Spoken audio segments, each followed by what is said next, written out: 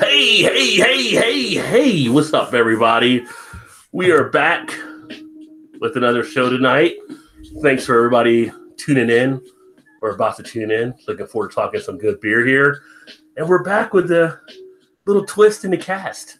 So, of course, you got me, Rajay. You're on my channel, so you already know my channel.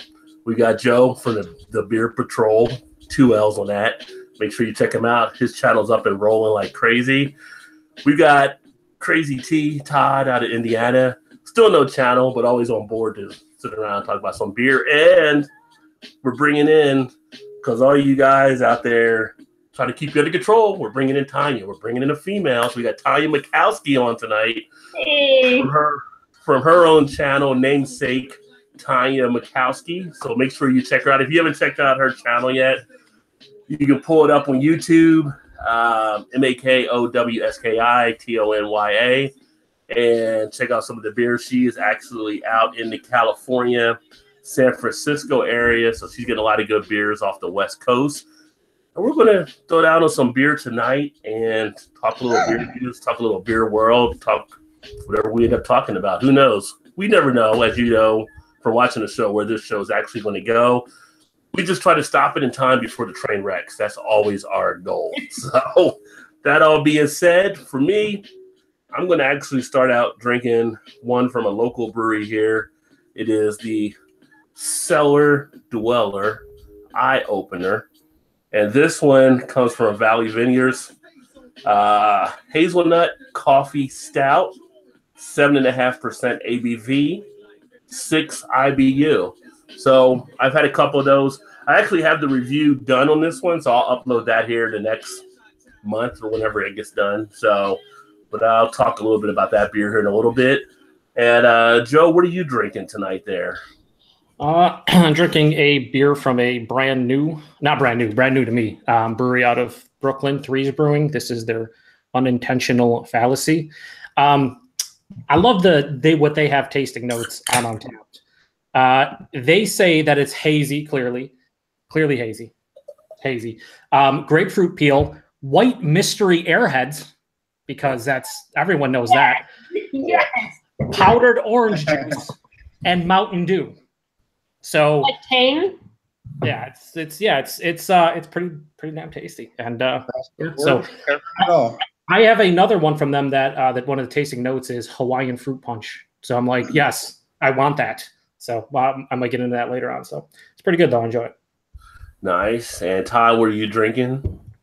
I'm drinking a local one as well. They're about 60 miles north out of Columbus, Indiana. 450 Brewing Company. I want to say 450. 450. Platinum Nuggets. Oh God! You know I'm trying to find Nuggets beers. You know Nugget series.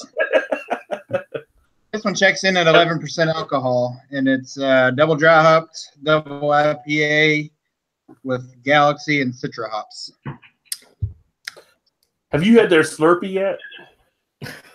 Yes, I've had 2 of them just recently. Pretty sweet, pretty good. Yeah, they're pretty good. They're sour. They're kind of sour, which I guess are a Berliner Weiss or whatever. But yeah, I just had the pineapple one, and I just also had the raspberry one, and both of them. Very nice. Tasty. And Miss Tanya, what are you drinking tonight? Well, I'm accidentally double fisting. She's going to come in here and show us all up right now. So, I sat down and I was like, okay, I'm ready. And then I realized I had 2 beers. So one is Deschutes Brewing Company Pacific Wonderland Lager. And this I was accidentally drinking. My neighbor moved out, and we didn't realize that they were moving. And so we're like, oh crap, we didn't even say goodbye. We're super rude. And so we packed up a 6-pack of this beer and put it on their porch, but they never came back. And so, now I have to drink it. So a lager, it's very lagery, 40 IBUs, 5.5% alcohol by volume. But what I'm actually really drinking tonight is Heathen Brewing Company's Highland, what is this called? Highland Charge. So it's a wee heavy Scottish ale coming in at 10% alcohol by volume and 26 IBUs. And so that's This is my official brew for the evening. And it's so good, you guys. It's so good. Nice. Some good artwork on it. What was that? What did you say? Where'd you say that one was low? I was saying it's good artwork. Yeah, the Heathen Brewing Company is in Vancouver, Washington, which is like a stone's throw from Portland, Oregon. Nice. And Shoots is here in my area-ish, I'm pretty sure, right? Oh, no, it's in Bend, Oregon. Apparently, this is like Oregon, Washington beer night at my house. West Coast represent. W. Any comments there, Joe? Oh, I'm in charge of comments again? Okay. I thought you were always in charge. It's your thing, man. It's your thing. I sure, if you guys say so. Craig from Kent Beer Review says, "Hey Rod, have a great show. I'm asleep." Yet he's posting. Hey, Craig. We'll catch up tomorrow with a little cheers. He must really be drained because he usually stays up and watches. Yeah, I was talking to him earlier. That's what he said. I think he has off this weekend, or he's this weekend free, so he's gonna probably terrorize a bunch of hangouts. Yeah. Drunken One says, "Sup, my brethren and sister." Stop, Drunken One. He says you make that. One? He says you make that sound easy, Rod. No train wreck. I try. We try. We sometimes fail. It happens. Jason Voorhees says Carta Blanca versus Pacifico. That's an interesting conversation. I almost bought a 6-pack of Carta Blanca this week, actually. And I have recently bought Pacifico. So I guess the answer to that question is Pacifico. Not a huge Pacifico. No, I'd say neither personally. But yeah, I mean, it's because I've never had them. So I don't. You don't have Pacifico? Really? No, never had Pacifico. Restaurant, it seems. No, I probably should get it next time I go to a restaurant. There's a couple that serve. That wasn't the answer I was expecting from you. No, honestly, I'm just not a huge macro. I know that's what I mean. I was waiting for you to say that's on you. No, it's not on me. But I mean, I'd like to try everything at least once, right? Yeah. At least once. At least once. Now, you go back twice. That's on you. Fool me once. That's on you. Look back for that second Bud Orange. That's your call. Yeah, I debated pick up Bud Orange for about 2.3 seconds, and then was like, no, never. Yeah. Not gonna do it. I actually had a plan that I was going to actually do the Pabst APA tonight.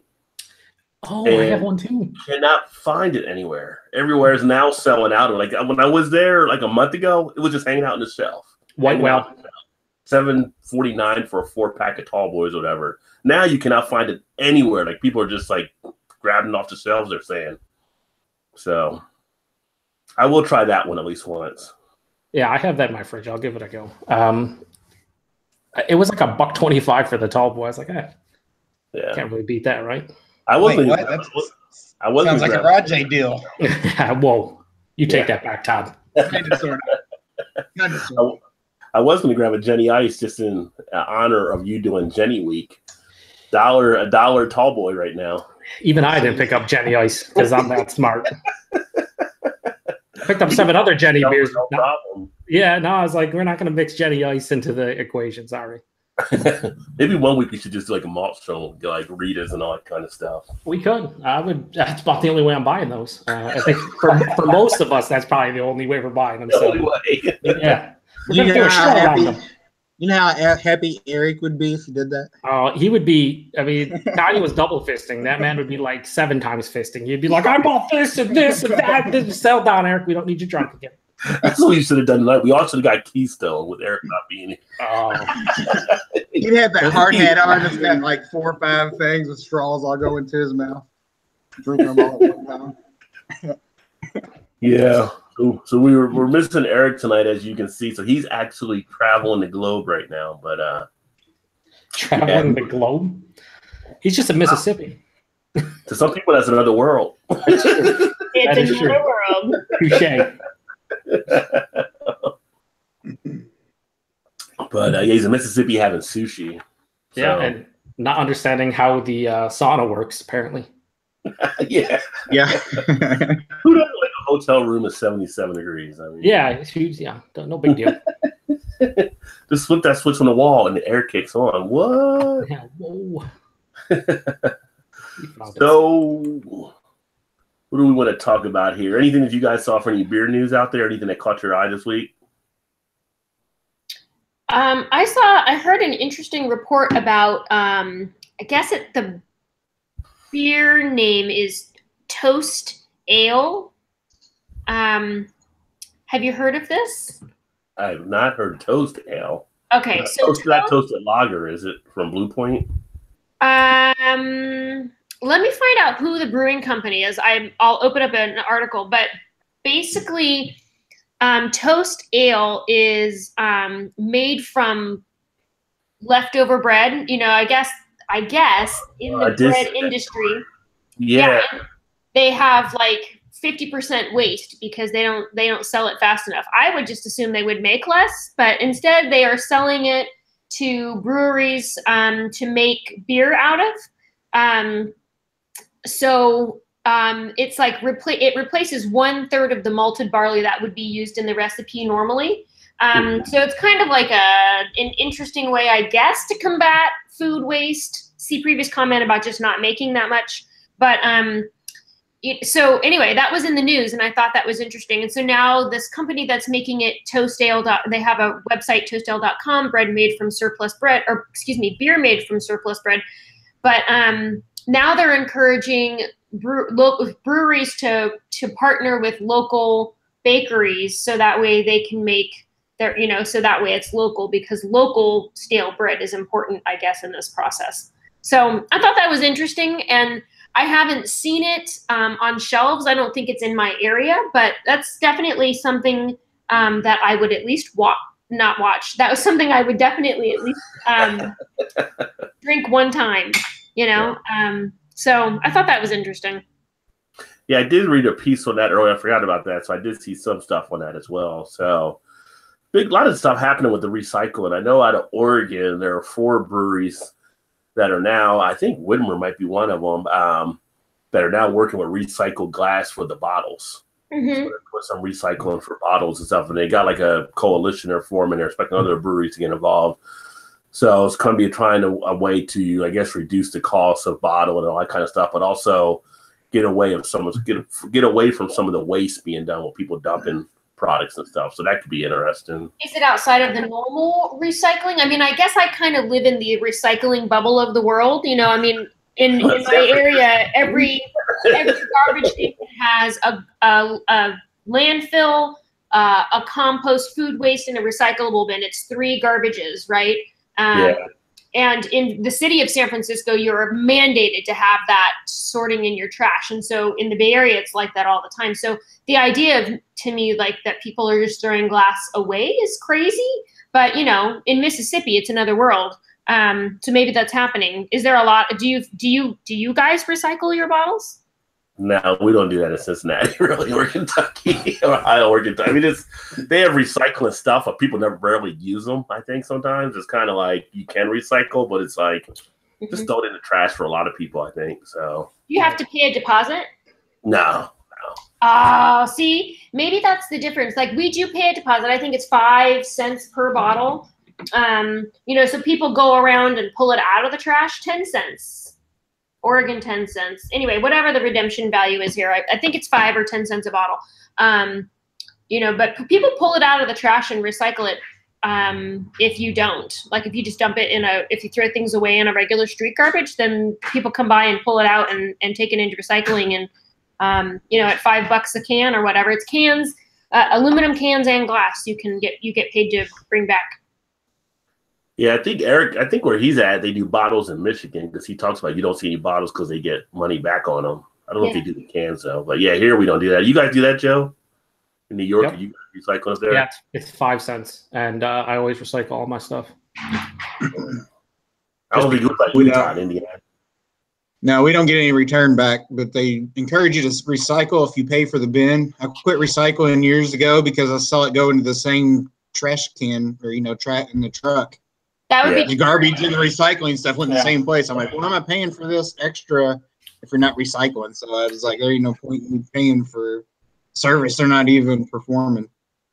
Yeah. You would normally you have to pay to have recycling pickup. Yep.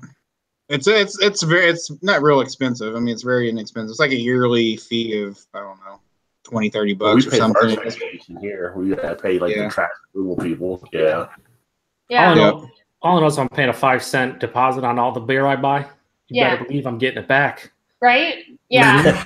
You can't get that nickel. Even if it's like $3 or $4 every time I go back, that's $3 or $4. You know, we can't get Rajay deals. You know, can't. Are you kidding? $3 or $4? I mean, look at the can lineup behind you. I feel like $3 or $4 does not. No, I just meant when I bring everything back. It's 5 cents a can in a bottle. But like if I bring back, a bag full of them or a couple bags full, like I usually wait until I have a couple and then bring them. But yeah, I mean it's easy. I mean they also recycle. You can do the trash as well, but then you don't get anything. Right. Do they have like recycling centers you take that to get your money back? Or they come in, two different trucks pick them up at different times. They'll come around with the actual garbage truck and then the actual recycling truck, and you have a blue bin for the recycling and then your regular trash bin. Would it get your money back? I mean, get my money back? But no, not when you recycle just through the garbage. They just take it and recycle it. Right, you have to actually take them back to like bottle redemption centers here, can redemption centers. That was my question. Where do you take them to get your money back? Like there's one like there's anywhere you go to all the grocery stores around here. They do them. They have machines, or you can go to the actual centers where they do them for you. So it's all over the place. Gotcha. Yeah, we usually have 2 trucks that come, one for recycling and one for trash. And some people put out, some people don't. I mean, just all depends on what you have. So, yep. Gotta care about this world. People haven't felt that real pain for recycling yet, No, well, I mean, sad reality is, I mean, it's not going to be something. I mean, you're seeing it now, a lot of issues with people not recycling, right? 10, 15, 20 years from now, you're going to see it big time. I feel like it's easy to do so. It's not. I don't think it's too hard to do. Takes a couple minutes out of your time to just separate the stuff. Yeah. So I do it because I don't know. I feel like it's my duty to do something. Well, I think the company's doing stuff. Like the one company we talked about last year that's making the rings in between the cans, like biodegradable or whatever, so it doesn't kill like fish or whatever in the ocean and stuff. Yeah, technology's crazy. Yeah. All the different stuff they come out with nowadays. I thought I saw not too long ago that somebody's making them where they're edible. Not even biodegradable, but you can eat them. Tom, we're going to need you to settle down. Look, don't tell the kids that they're already messing with Tide Pods and all other Yeah, we don't need No, but I did see that as well. 6-pack edible challenge. They're already snorting condoms. Oh, right? I thought that the edible 6-packs rings are actually they had said that they would be edible. However, they don't want people eating them, and so instead they marketed it as biodegradable because people would in fact try to eat it. But I think that it took them a year and a half to get to development, and so now there's like 4 breweries that are using it. So only 4 in the U.S. Currently. Gotcha. Okay. Might be what I was thinking of then. You could eat it if you were so inclined. Sitting there with the beer. I need a snack. Oh, there's that. Yeah. I don't have anything in the house. Where's like chips. It's just like turkey. Dip it in salsa. It's good. Any kind of dip for it, you're good to go. It doesn't matter. Some hummus. Yeah, we're great. Everything's fantastic. Where's that damn hot mustard? I can't get the rings off the mustard. Come on. Budweiser. I feel like Budweiser's really trying. Like they're over trying to. They're going to debut, or I guess maybe it just did debut, a new patriotic beer based on George Washington's old beer recipe. Yeah. The red ale? This Freedom one Reserve? What's it called? The Freedom Reserve Red Lager, yeah. Mm-hmm. But they got that coming out now. Then they got the bourbon beer coming out with Jim Beam and the fall, and they're trying all these different stuff. It's kind of like, you guys want to be a craft beer company, don't you? You know you want to. You know you want to be a craft beer company. It's killing. You're coming up with all these different things now. So, Well, and then last year they had the one. Didn't they have the one that come out? It was supposed to be like the original recipe or whatever. Yeah, And that was smaller, like the smaller bottles or whatever. Oh, I saw that. Like it looked like gosh, it looked like an old bottle. I saw it in the stores and I almost bought it. And then I was like, no, it's Budweiser. I don't actually want to drink that. Almost, because I thought, oh, I bet that other people would be interested to know what this tasted like. But I'm like, I don't really want to know what it tastes like. So I was like, fine. Tanya keeps it real. Yeah, she is saying what we were thinking. So yeah. Your hand starts to reach for your other hand, smacks it. What are you doing? Yeah, I think that's pretty much what happened. I was like, oh, maybe I should. No. That's how I was with the Bud Light Orange. She's a little cast on the hand now. Right? She slapped her own hand away and brought was like, oh, damn it. Yeah. People are walking by going, what is wrong with that person? What the hell did they do? Oh, she almost bought Budweiser. I understand. It's fine. It's fine. Or everybody joins in thinking you're doing some kind of new dance move or something. I don't know. Yeah. Yeah, I'm sure. Yeah. How funny would it be to sit there and argue with yourself in the middle of the beer aisle, going back and forth between the domestics and the craft, and just have people stare at you? Did you say how fun that would be? Pretty interesting. It'd be like live trolling people out. Yeah. I feel like I do that, but very quietly. And so either they think I'm going to steal something because I've been standing in the beer section for 10 minutes staring at them, or they're like, clearly this person needs help and can't decide. And I'm like, no, I'm just reading everyone to see if I haven't had any of these. Refresh your beer section. It would take me less time. Thank you. See, why are you over here macroing my craft up, man? Yeah. Just going to start reorganizing the beer aisle. Make a little section that I collect together. Tanya's recommendations. Get the freaking Goose Island away right now. Speaking of Goose Island, I saw they came out with a variation of their 312. Which one was it? What's that called? I don't know. Is it barrel aged? No, I think it was like a double dry hopped or something, maybe 312 or something. It was in a black can, but I can't remember. I can't remember seeing what it said. No, it's in a black can and it just had 312 on it. Because I think the original ones are in a green or yellow can or something. Well, the 312 is the Urban Wheat Ale, isn't it? Yeah, maybe it was like 312 now with flavor, maybe something like that. No, it's yeah, 312 dry hopped. Yeah, dry hopped. Yeah. Yeah, see, now with flavor. Now with flavor. Now we have flavor in this. You're just not drinking carbonated water with alcohol in it. This is it now with flavor, and Craig Mack jumps out. Flavor in your ear. Oh my Lord. Flavor Flav. Yeah, boy. Oh. Flavor Flav. Just bust out of it. Number one. Yeah. Yeah. So yeah, they have a dry hop. They have 312 Urban Radler. It looks like, according to they have a coffee infused 312. Not just tastes like coffee. It just what I mean. That's crazy. Food and Wine came out with what the hell? Stop that! I thought you were going to start playing some Craig Mack. Start looking. You should go to the internet and not have ads pop up everywhere. Just start and throw shit your way. The worst stuff is the autoplay stuff. I hate it. Oh man. So these states, Food and Wine came out with that drink the most beer, the top states, and number one was actually, which is hard to believe because it is a smaller state, was New Hampshire. Drinks average most beer? Yeah, average of 40.6 gallons per adult. The second is Montana, which is 39.4 gallons. How many people actually live in Montana? It's like enough to drink all the beer, apparently. Yeah. That's what they do. They like have ranches and they consume tons of alcohol. That's what they do. Number three was North Dakota, and not to be outdone, number 4 was South Dakota. I'm seeing a trend here. I'm seeing a trend of Like the Midwest plains where like there's not a whole lot going on. Not much to be doing. Yeah. Now, number 5 is Wisconsin, which makes sense because they do have a lot of brewery acts up there. They cover baby according to certain beer too, with baby paired beautifully with cheese, baby, all kinds of cheese. Smoked Gouda, maybe some Gorgonzola in your Limburger, all different kinds of cheese, baby.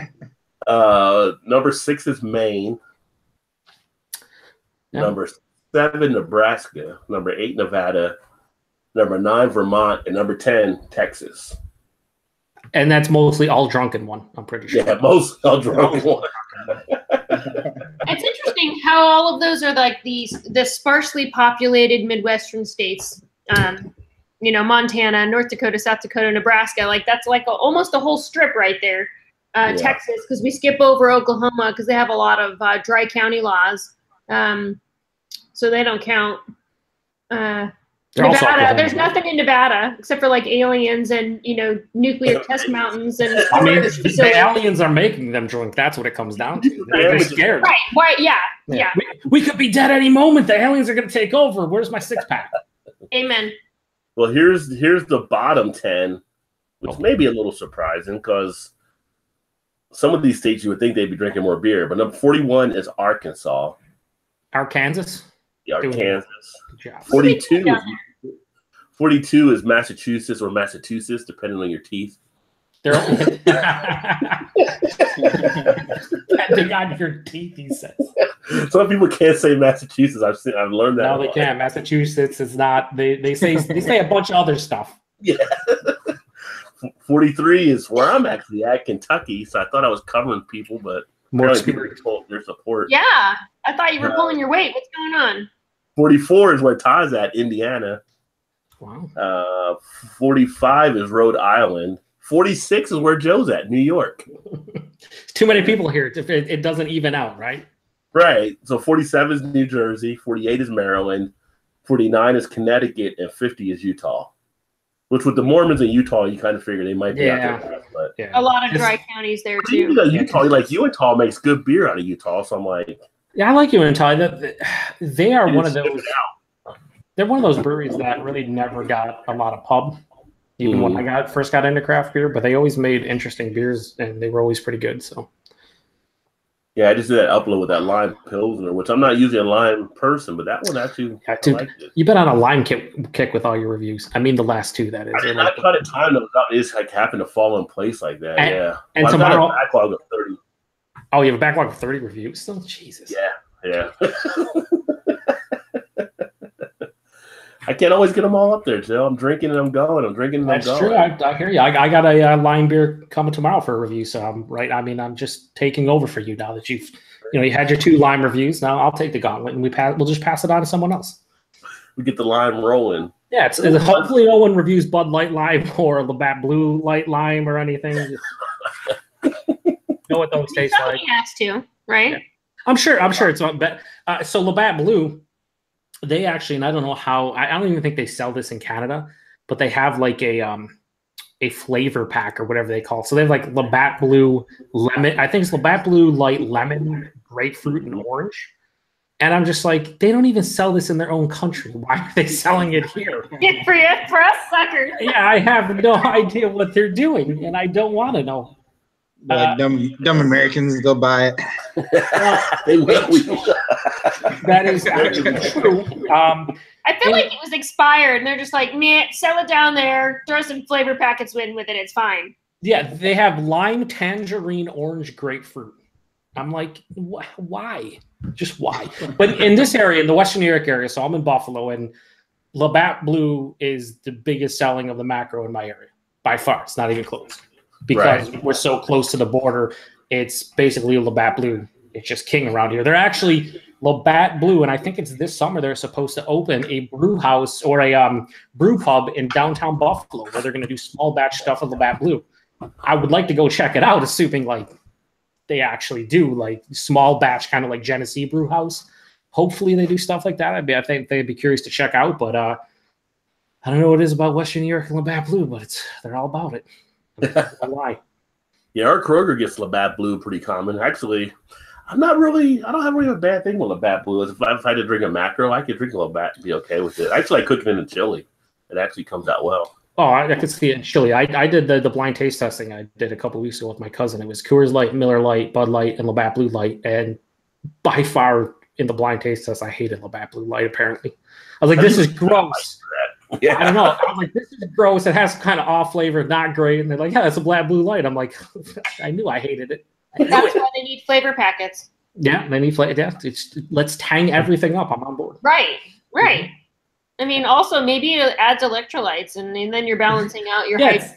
I mean, it feels like a smart choice. Or the squirt bottles are the little packets where you rip them open, you put them in a 16.9 ounce water bottle, and put it in my beer. Now we're good to go. Beer. Right.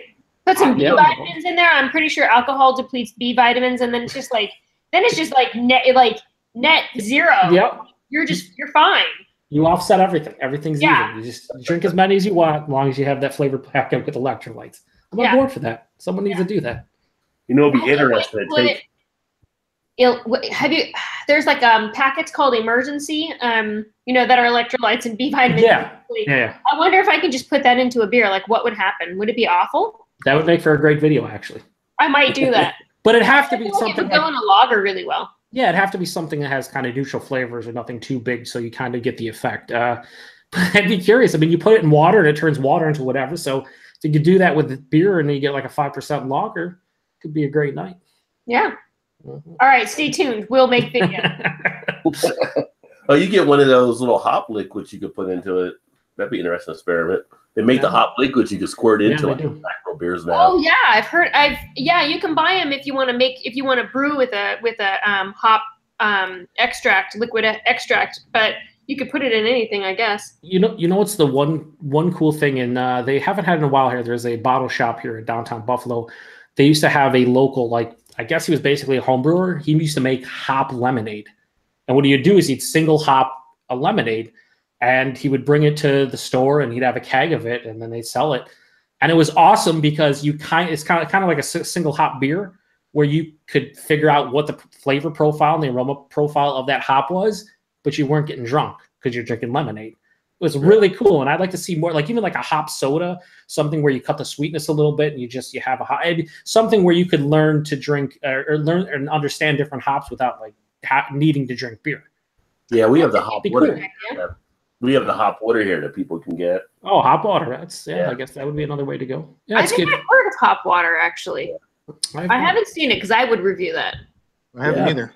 No, that'd be cool. It's one of those things where when you do drink beer and whatnot, I always think the cool thing is kind of having a good understanding of the ingredients, specifically hops and malts and what kind of characteristics you're getting from them. So instead of just buying a packet of hops or whatever, you could drink the water or drink the lemonade or whatever, and you can kind of have a good idea. But speaking of alcohol and water, have you guys gotten the hard seltzers there yet? Mm-hmm. Have you tried any of them? Mm-hmm. Actually, this past summer. Did you really? I was at a barbecue, and my cousin's girlfriend was like, "Here, try this," and she gave it to me, and I was like, "Oh, this!" I didn't know it was I did not know it was alcoholic. I thought it was just it didn't have any alcohol. Restricted or anything. It was like 6%. They were pretty damn good, honestly. Like Zima. It was better than Zima, I think. But I didn't buy Zima when it came back. Yeah. I'm trying to wrap my head around this. Like, is it sweet like Zima? No. Like liqueur with alcohol. It's like seltzer water with flavor, like a fruit flavor, but not the sweetness. So it's basically just carbonated water with like a fruit flavor and alcohol. I had one a couple weeks ago. Actually, they are pretty good. I agree with you. Yeah, for what they are, like you got to understand what they are. What's that, Todd? It's like 6%. You can't tell it. You can't tell it at all. I remember a couple of kids walked up and was like, "Can we have them?" And I was like, "Yeah, sure." And I was like, "Oh wait, no, you can't. Hang on, you cannot have them. Sorry, hang on. Like I did not see the 6% here." Where'd you get that from, Uncle Joe? Yeah, I was like, "Yeah, just time out. I'm not trying to get in trouble." The guy in the van gave them to us. Todd, that's Todd. No, but I did feel bad for a second because I was like, yeah, and then I was like, wait, no, hang on, no, this has. No, but they are. I mean, it would easily be mistakable for a kid to just pick one up. I may pick up. We got them at our Kroger here. Maybe I'll check it out and do something on those too. I mean, if you like seltzer, like flavored seltzer water, like you buy the Canada Dry, like whatever. Here's cranberry seltzer, whatever flavor. It's kind of like that with alcohol, but you don't taste the alcohol. So in that respect, I give them kudos because it doesn't have the overbearing sweetness like if you're drinking like some kind of cooler or something where after a couple of them you don't feel like drinking anymore. So I can see someone drink like a 6-pack or like 4 or 5 cans and be feeling good, but not have that overbearing sweetness, Yeah. It might be better than some of the beers I've had that actually taste like seltzer water. I suppose. Do tell, Rod. On purpose, it's different. Yeah. Rod, do you want to name names here? You want to name names? Oh, I just name it in the reviews. You'll hear me say. Maybe it's a game. We're supposed to guess. Yeah. I will say this: Threes Brewing is really good. I mean, I'm not gonna say it tastes like Mountain Dew or like Airhead's mystery white flavor or whatever, but it's really tasty. The only problem I have with this is a lot of New England style IPs doesn't have a bitterness to kind of offset the sweetness and all the fruit flavors and stuff. But it's pretty damn good. So I'm gonna check out their Hawaiian Punch one, I guess, later on.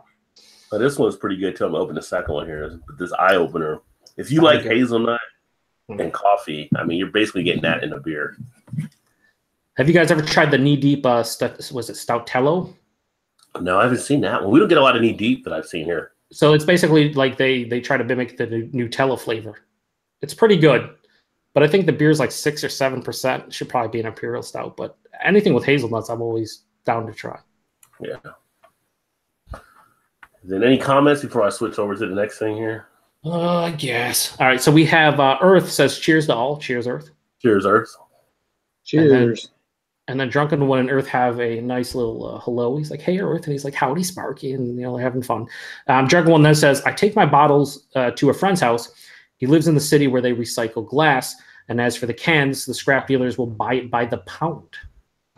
Oh. Nice. And I'd imagine he has pounds upon pounds of beer cans because he's Drunken One. Mounds and mounds. Mm-hmm. And that's it. That's all we got. All right.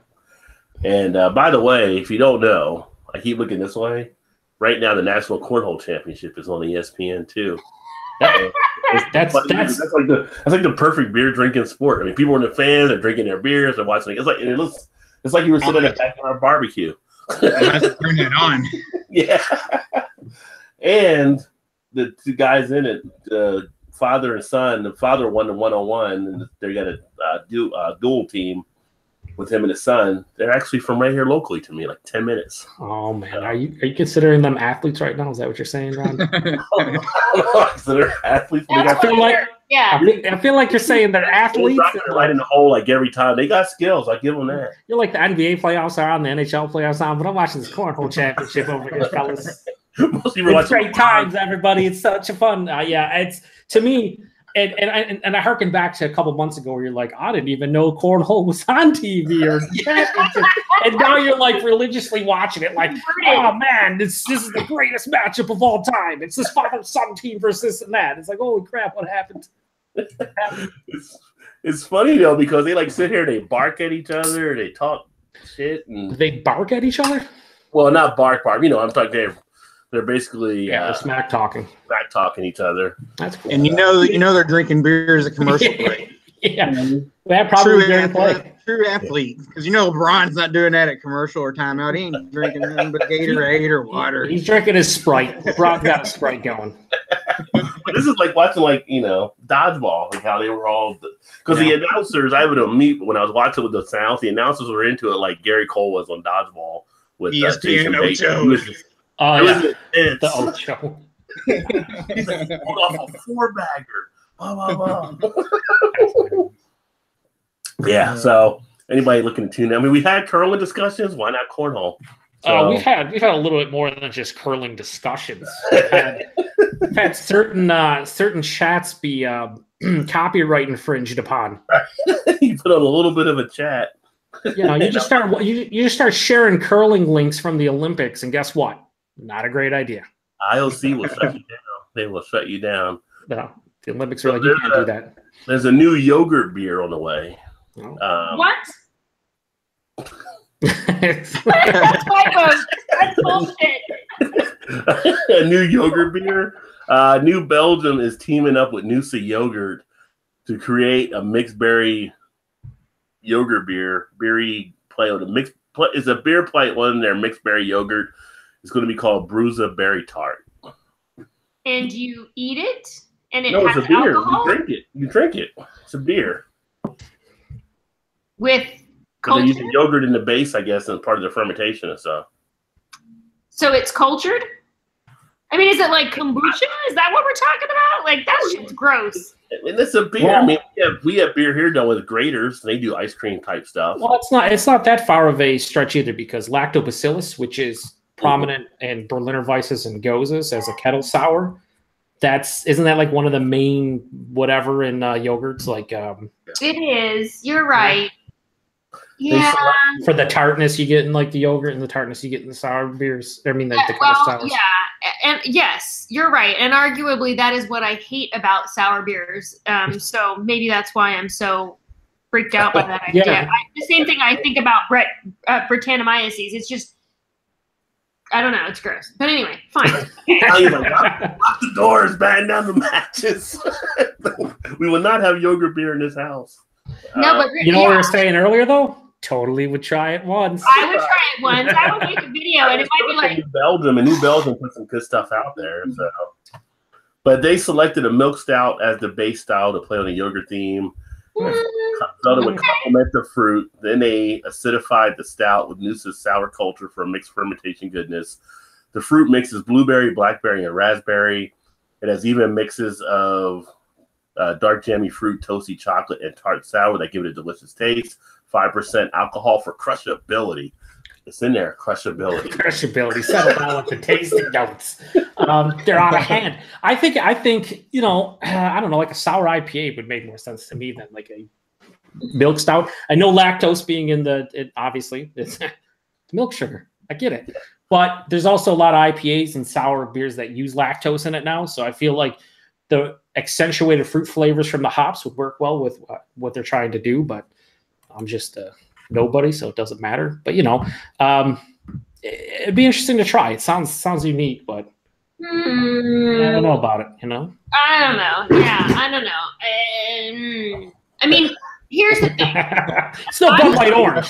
I know. I fell down the hole of buying a Noosa yogurt recently because it was like pear flavored or something like that, and I was like, oh, okay, that sounds good. I'll try that, and it was really delightful, quite frankly. And like I serve it on like charcuterie platters, and it's great. But Excuse me, say it again. Charcuterie, like Don't get that kind of style on the show that much. I like to hear it play. There's no meat or cheeses. It's freaking yogurt. It's pear yeah, flavored. I slap some meat on a plate, and I have some yogurt with it, and It pairs so beautifully. and it works out nicely. So maybe it has to be paired correctly. I don't know. I guess you're right about that sour thing though, but it's just like, I'm just really, really, really, really, really, really, really not into sour beers. So I don't know. I would have somebody else buy it, and then I would take a drink of it before I decided, because I don't even think I would want to buy that. Yeah. I don't know. It would depend on the price. If I can get Rajay pricing on this beer. Good point. Well, Like it's New Belgium. You're probably going to get a 6-pack for $8.99, $9.99. You're probably going to get a 6-pack for about 27 cents. But the rest of us, yeah, $9. Makes sense. Let's not take shots, Joe. Let's not take shots. I'm not taking shots. I'm just telling facts. It's not a shot if it's a fact. But here's one. Sorry, Okay. I'm curious. So does that beer, do they say that it contains live active cultures? I'm curious, like, is it considered a cultured food? I mean, do you actually get benefits from it? Using the yogurt in the fermentation process, so it probably is using some culture there. Yeah. Okay. I don't know, you just have to give it a try. I guess here I am, just hating on it, and I've never even tried it.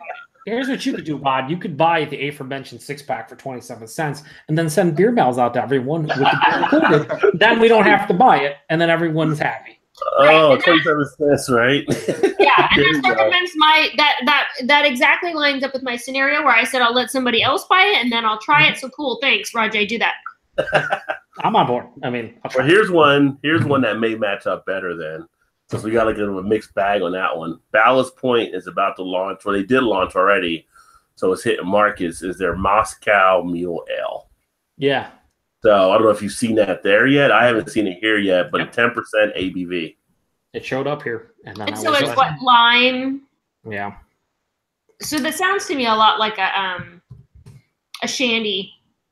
Well, they're trying to draw on, again, and we talked about this in the past about craft beer cocktails. So they're trying to draw in, I'm sure, some of the millennials like Todd that can actually try some of these other beers. There it is. Yeah, I think Todd's like 24, I think Todd is 24. No, 22. Don't get that Oh, wrong. 22. Oh, sorry. You've So it's kind of a way. gotten younger somehow. What is it? It's kind of a way to see them playing on that to try to get more involved in drinking beer. So, because they do drink a lot of Moscow Mule drinks. Well, that's now beer. Okay, I'll give it a try. Well, I look at it in this perspective. Like every single craft brewery, right? They make some kind of lager, whether it's a Pilsner or Kolsch or something, that they try to grab from the macro drinkers, right? Like they can introduce somebody to a Pilsner that maybe aligns more with their palate's not overbearing.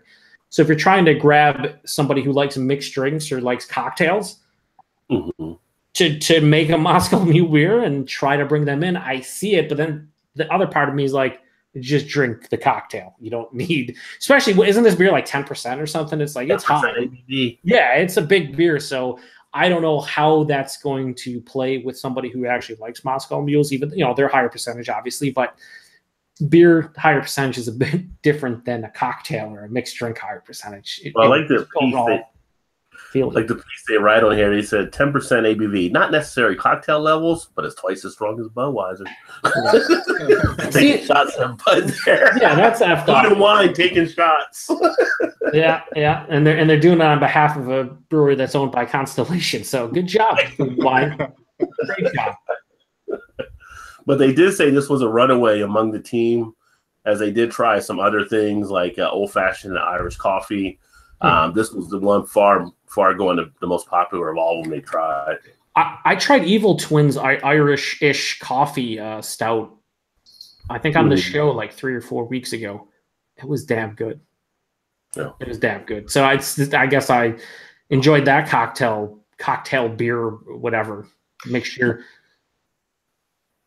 I feel like these are tried and true flavor combinations, and of course they're gonna taste pretty good. If you have a beer that either enhances it or certainly doesn't detract from it, I don't think that you can necessarily go wrong as far as a good flavor combo. I guess it just depends. Like, are you going to find enough of a market to do that, or are you just?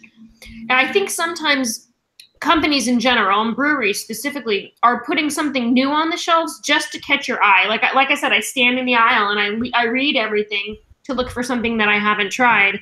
And I definitely noticed, like, oh, okay, yogurt beer, that's weird. Totally would probably buy it. Honestly, I'd be like, this is weird, and I'm prepared to not actually drink it. But sure, okay, it's new on the shelves. That's eye catching. And there's always has to be a new gimmick, right? Because okay, so a lot of people talked about how barrel-aged beers were gimmick when they come out. They're no longer gimmick. It's barrel-aged beers are here to stay. People love them. New England style IPAs, years ago, people thought they'd be gimmick beers. No, they're here to stay. People love them. But true gimmick beers are beers like this.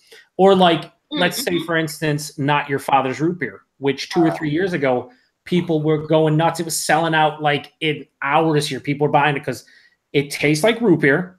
It has alcohol in it. And it was relatively priced well. Fast forward a couple months, sitting on shelves. No one.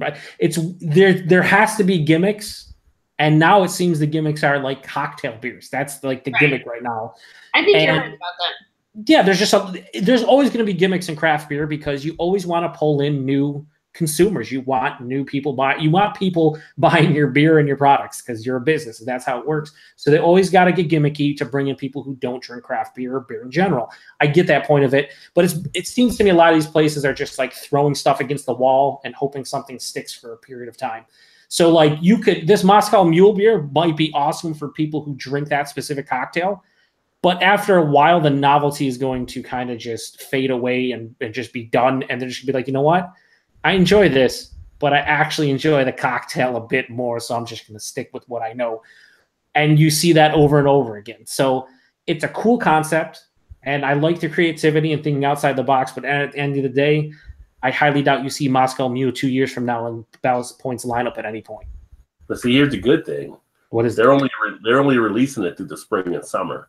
So baby, half year seasonals though, right? He said don't expect fresh bottles to be shelved after July. Yeah. So they're only going to do it for a partial amount of time. So which might help them. Yeah, there's a lot of seasonals that come out. Red Velvet off the shelves because that is not good. Yo, that's nitro, but it's the nitro. Thing about that is the label. Yeah, the label's cool. The nitro's cool. Yeah, everything else is not cool. Everything else. Oh, wait, hang on. I drank it though. I was like red velvet beer. I am gonna drink that. So you know what? I guess that you just have to like put out the thing that. I drank it once and I would never go back and drink it. I will add one more thing that was cool about it. The color, because of the beets, was cool. Also, yeah. But then, like, you actually taste it and you're like, red velvet cake? Have they tasted red velvet cake before? Because if they did, it's not in this beer. Guys, just put vanilla in it. It's fine. Yeah, just a bunch of vanilla extract and we're done. Not sure that's how it works, but much like clickbait, it was beer bait. So yeah, it was. Another thing I've heard about a lot as being like an interesting new trend, and I want to know if you guys have heard of it, is like wine beer that's made with grapes. Right. And so it's been touted as a new thing, but it's been available in California for a while. And actually in Walnut Creek, where I live, there's a brewery called Cali Craft, who's been making wine beer for quite a while, a number of years. Berserkly is one of their famous ones. And it actually comes in like a Chardonnay shaped bottle, so it's white at the bottom and narrow at the top, like a wine bottle. And they've been doing it for a while. I don't like it because, it doesn't, it's like, it really rides the line between a sour and wine. And if I wanted wine, I would drink wine and I never want a sour. So I don't like it, but what are your thoughts on it? Have you encountered it? Is it big in your area? What do you think about it? I think like most things, it just depends. Like I had the Hop Anomaly that I did the review on for Nebraska Brewing Company that used grapes and they used wine, and that thing was freaking phenomenal. Nebraska Brewing Company? Yeah.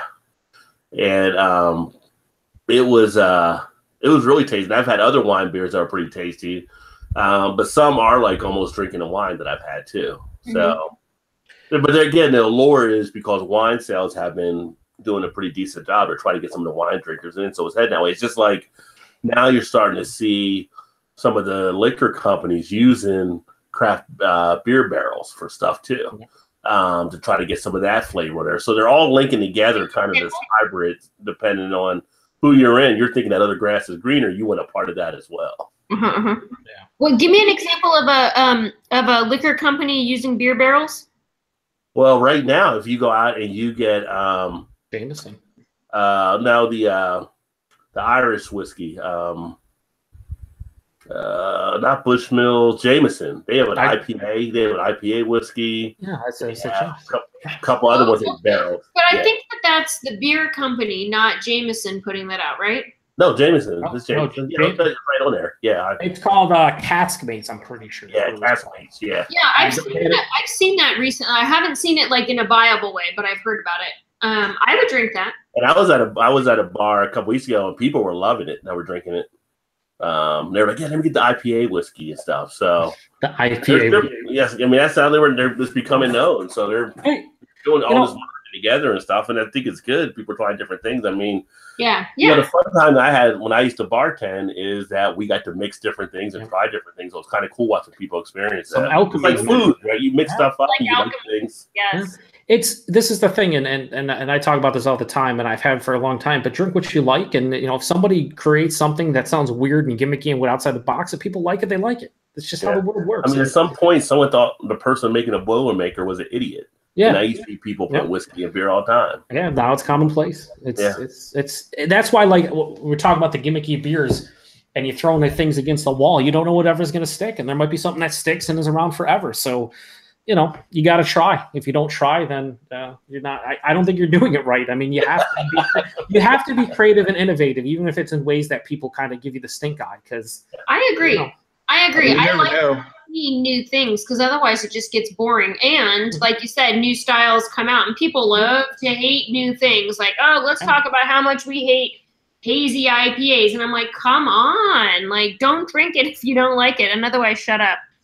Oh, I remember when barrel-aged beers started to become really prevalent about 5 years ago, because up until that point, you had the bigger beers, the Bourbon Counties, the Founders KBSs, the widely known ones, but not everybody's local brewery was doing a barrel-aged beer of any sort. Now, any brewery you go to, they have at least one barrel-aged beer that they do. Whether it's seasonal or limited or always on draft, you know, whatever, there's always somebody, every single brewery always has a barrel-aged beer. And it's no longer gimmicky because people enjoy it. People enjoy whether it's a wine barrel or a bourbon barrel or whiskey barrel or cognac or brandy. Yeah, people enjoy that. So it's like now that is like barrel-aged beers are a thing. They're here to stay, and people thoroughly enjoy them. And 5 years ago, people were just like, "Oh, that's gimmicky. That's stupid. Why not just drink the bourbon?"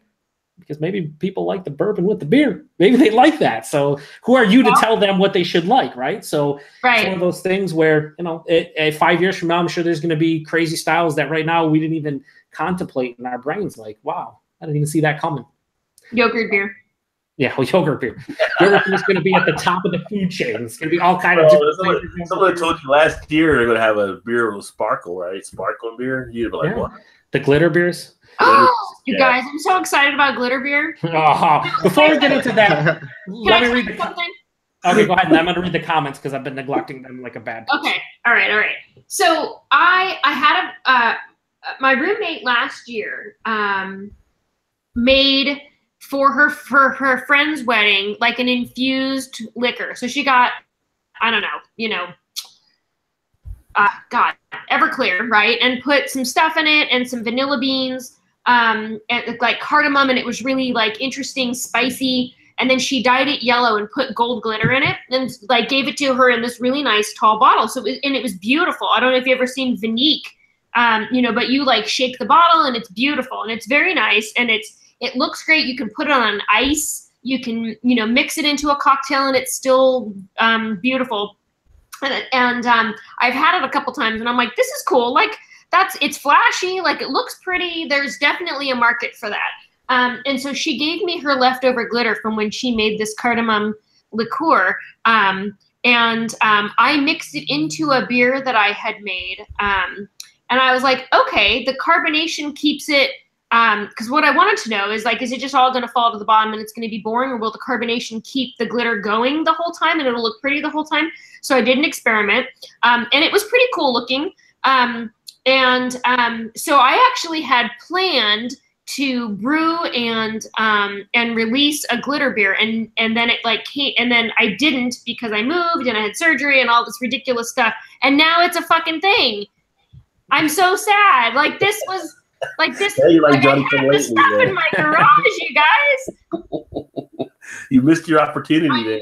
I like how you said a millionaire, right? I'd be on your show right now as a millionaire, but here I am, and I definitely not going to do this. I like how you didn't say it's a thing. You said it's a fucking thing, because it totally is a fucking thing right now.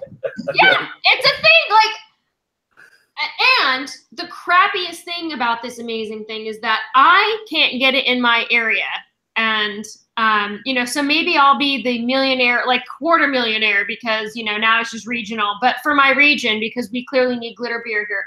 But, you know, it's cool because, and don't even lie to me, you like the Cascade when you have a nitro beer, like the Cascade is cool. The first time you see it, you're like, yes, this is cool, right? And then the beer is great, and so you keep drinking it. Glitter beer, I think, is the same way. That's my thought on that. I still get pumped at nitro beers when I pour them. I'm like, yeah, you Cascade, you mother effer. Like, you're gonna Cascade like you wouldn't believe right now. Yeah, and then like legit, like on my phone, it says glitter is my favorite color. So just like, that's where we're coming from, right? We'll translate from glitter to raining on your parade comments, because his are fantastic sometimes. He says, yo, dogs and dogettes. No rated. I wish I could power Bobby through a table rating. I appreciate. He says, drinking a 6/13/2016 bottle of Allagash Triple or Triple. And he says, the best bottle I've had of this because of the age. The spices have died and it has aged nicely. And he continues with, had a 1 year and 8-month-old bottle of Allagash Black the other day. And wow, not too impressed when it is fresh. But this one was so good. So, and then he also said that Red Velvet Nitro was close to gross, a one-time buy. Yeah, one time, right? Yeah. Yeah. Close to gross. Like, that's one of those disguised comments. Like, all the time I'm like, I don't hate it. Yeah. And my friends are like, I don't know what to do with a comment. Like, what does that mean? And next time I'm going to be like, it's close to gross. Yeah, it's like, I want to gag, but, like, I'm not to that point yet. Like, I could see myself if I drank more of it, but... Yeah, I want to gag, but also it's a beer, and it has alcohol, and I can't waste it. That's true. And then Paul shows up, PA Brew News. What's up, Paul? He says, barrel-aged massive imperial stouts and barley wines are always in season for this squatch. Yeah. I know, Paul. We all know, Paul. Yeah, you drink all the imperial stouts and barley wines. It could be like 90 degrees outside, and that's room temperature for Paul's beers. I was going to say, 200 degrees, he's drinking them. Yeah, it's like if it's not boiling, he doesn't want it.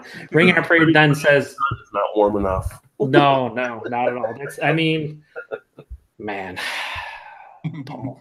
And then Ring Our Parade greets Paul, and then Earth says, when you have a glass of glitter beer, that means the party has already started. Yeah. See, you see what I'm saying? Could be the party starter. It's like, what do you guys got to start the party? How about this glitter beer? How about this glitter beer? Also, you don't have to clean up. Like, it's not even messy glitter because for sure glitter makes a mess, right? Per piece of crafts or whatever they say.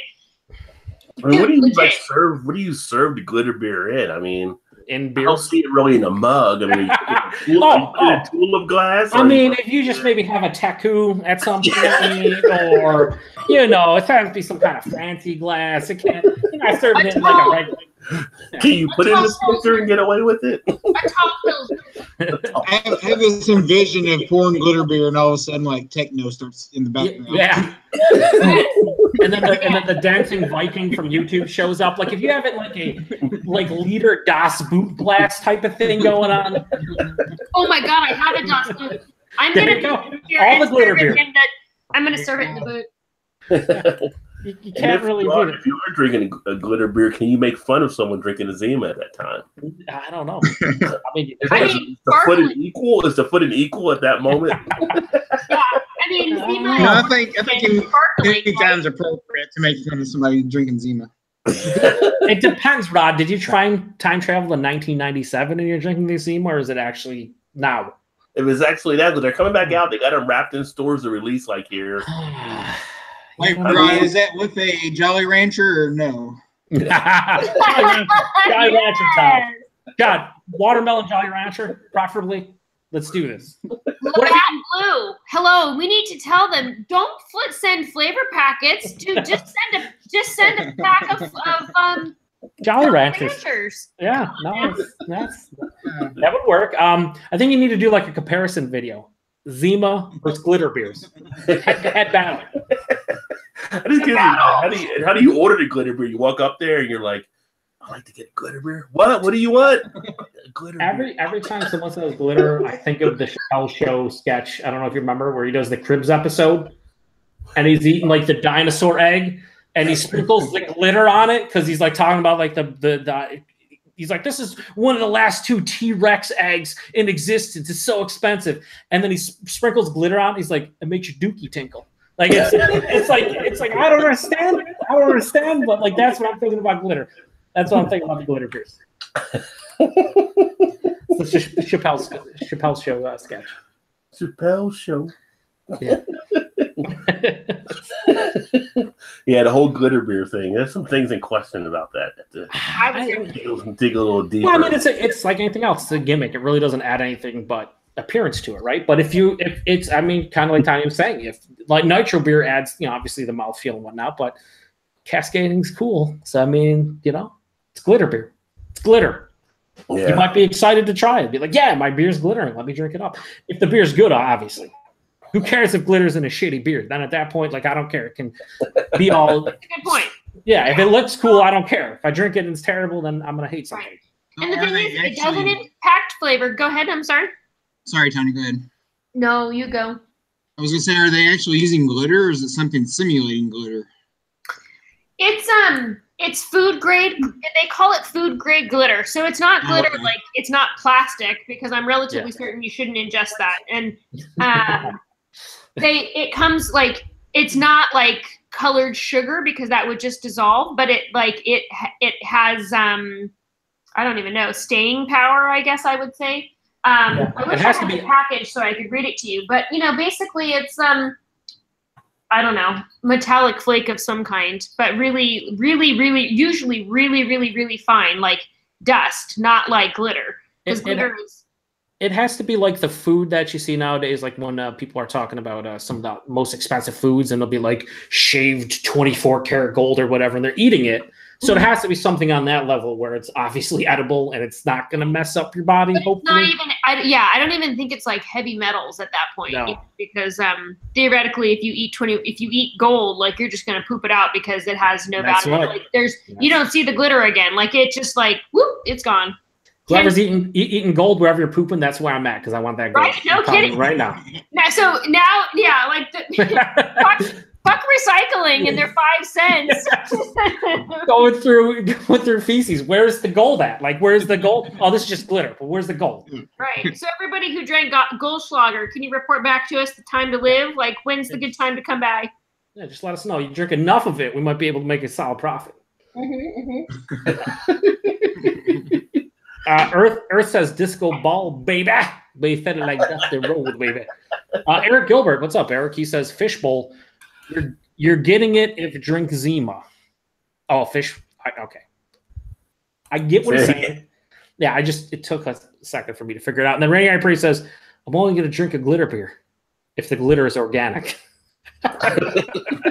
Noted. No, yeah. We'll make organic for you, sir. Is it certified? Does it need to be certified, Rainy Eye Parade, or can we just? He only said certified organic, so I can buy organic glitter. That's not a problem. It's California. That's right. Here's the thing: if you're gonna drink glitter beer, you're gonna need a theme song. Oh, Jesus. So, do you have some suggestions? Is that what's coming up? Is that what you're gonna click? Bring it. You're gonna need a theme song. So you just can't be going anywhere. Gold dust. It's gold dust. You can't. For fuck's sakes. You got to have the right music behind you when you walk up to that bar and you ask them for that glitter beer that they just know you mean business. And what better? Gold dust. I would say go with the gold dust theme when you walk up. Get the arms spread all wide open. If you got a gold robe, wear it. Say, hey, I want that glitter beer. I want the glitter beer. You know who I am. I'm Gold Dust, baby. So if you're going to order it right. Do it right. Noted. Don't go with Dusty, because Dusty's polka dots. We don't have polka dots in beer yet. baby, Dusty, polka dots and baby doll, baby. That's what he's at. Maybe some smoked Gouda, a little bit of smoked Gouda. Any more comments out there off the nope. The glitter or anything else? Nope. There was an interesting piece I saw here, not to turn it to a serious or anything like that, but since Tanya's here, there was a piece talking about women trying to get their footing in craft beer. What do you think about the whole thing with some of the women being involved in craft beer? And I always bring up a point to a lot of people, especially like you see the Facebook stuff. It's kind of like, it's just kind of weird when you think about women pretty much created beer. When you look back in history and a lot of different stuff, they were pretty much the ones that got it going. But yet, in today's times, they have the hardest time, it seems, cracking into some of the areas. You know, one of the groups that has done a lot for women in brewing is the Pink Boots Society. I don't know how active they are elsewhere, but there's a pretty active chapter out here, and they go regularly to different breweries that are local, and then do a guest brew. And they're amazing brewers. And so that kind of like, I feel like that is a great introduction into women in brewing, because there is, you know, in every industry, a disproportionate amount of men to women. And it's interesting to me that the conversation constantly comes back to like, oh, would you drink a beer a woman brewed? And I'm like, why is that any different? I mean, except for if I put glitter in it, like maybe you have an opinion about that. That's fine. That's fine. You know, but you know, my ability to make a beer certainly has nothing to do with my gender. So it's interesting to me that that's still a conversation we're having. Yeah. I'm curious. So, and you know, and at this point, I feel like, you know, I'm all for like the underdog. Like, if you're an underrepresented American, like, yes, like, please market that and I will buy it and I will support you. I mean, and I have to admit, and I'm going to do it here on the internet, I bought toilet paper I was like in a weird store, and I'm like, I don't know what brand toilet paper to buy. And this one's like, you know, made from bamboo, no trees, no bleach, women owned. And I'm like, shit, all right. Literally shit. Like, great, I'll buy that. You know, because, you know, fine, I will support your business. Absolutely. You know, but if your product is not good, I'm not going to buy it, you know? Right. So I think, you know, a lot like, geez, I don't even know what it's called, like affirmative action kind of things. Like, wouldn't it be great if, you know, we actively sought out people who were interested in doing brewing that are not like ourselves? That would be great. That would be ideal. Like, you know, hand that off. Like, can we give it to somebody, prison, like to a prisoner coming out of jail, a parolee? Like, that would be a great opportunity. I don't know if, you know, anybody who needs a job like that, sure, give it to them. And I hope that those things get around a lot more. And that reminds me actually of Black Star Line Brewing Company in Asheville. You know, they're really struggling, and they're struggling on a number of fronts. They got shut down. They're not in Asheville now. They had to move. They literally got chased out of town for being Black, for being queer, and for being women owned. And you know, that to me is appalling. You know, here I am in my cute little bubble in Northern California, but you know, what was your thought about their beer? You had some, right? No, I never got a chance to. We were going to do an interview with them, and then all that stuff happened. Yeah. So I never got a chance. I'm getting an echo from someone. Let's see. Yeah, I was getting it too. So I didn't get a chance to try it, but I still email with them back and forth. They're in the process. They're getting support from another part where they're at now, and they're trying to get stuff going again. But, you know, they had their stuff at their facility, and they were supposed to be able to keep their stuff there and get it moved. And apparently the landlords, people start coming in and just start taking their stuff. Oh, my God. Agreement is supposed to go down. They're trying to find about getting their stuff back. People that came in. So expensive. Yeah, and it's like they lost a lot. I mean, it's incredible some of the things that are happening out there. But they were targeted in so many different ways. You know, it's one of those things out there, which is just what the hell is wrong with people. King Holiday, I think, was like the last straw for them. The community was like, oh my God, there's a party going on, and it's all Black people. Oh my God. Good, it's awful. I you know, and I don't understand that, and it makes me incredibly angry. But I'm going to try to kind of steer away from that, because I can get on that topic for a long time.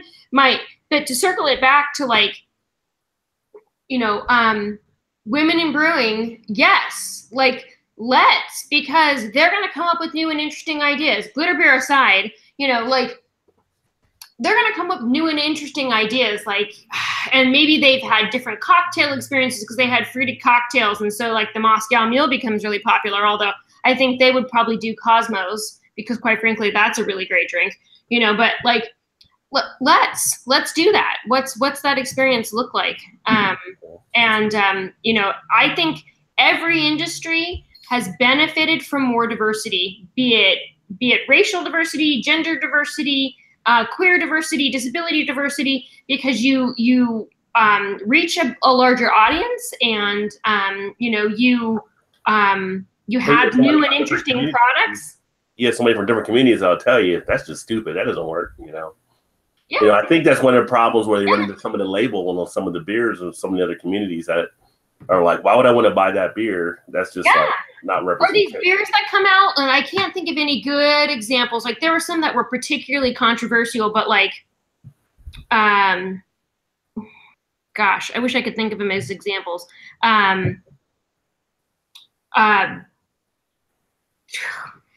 Slur type beer names. Like somebody should have been there and been like, don't do that. You know, like if you had good representation in your staff, somebody would be like, that's going to get you in trouble. Don't do that.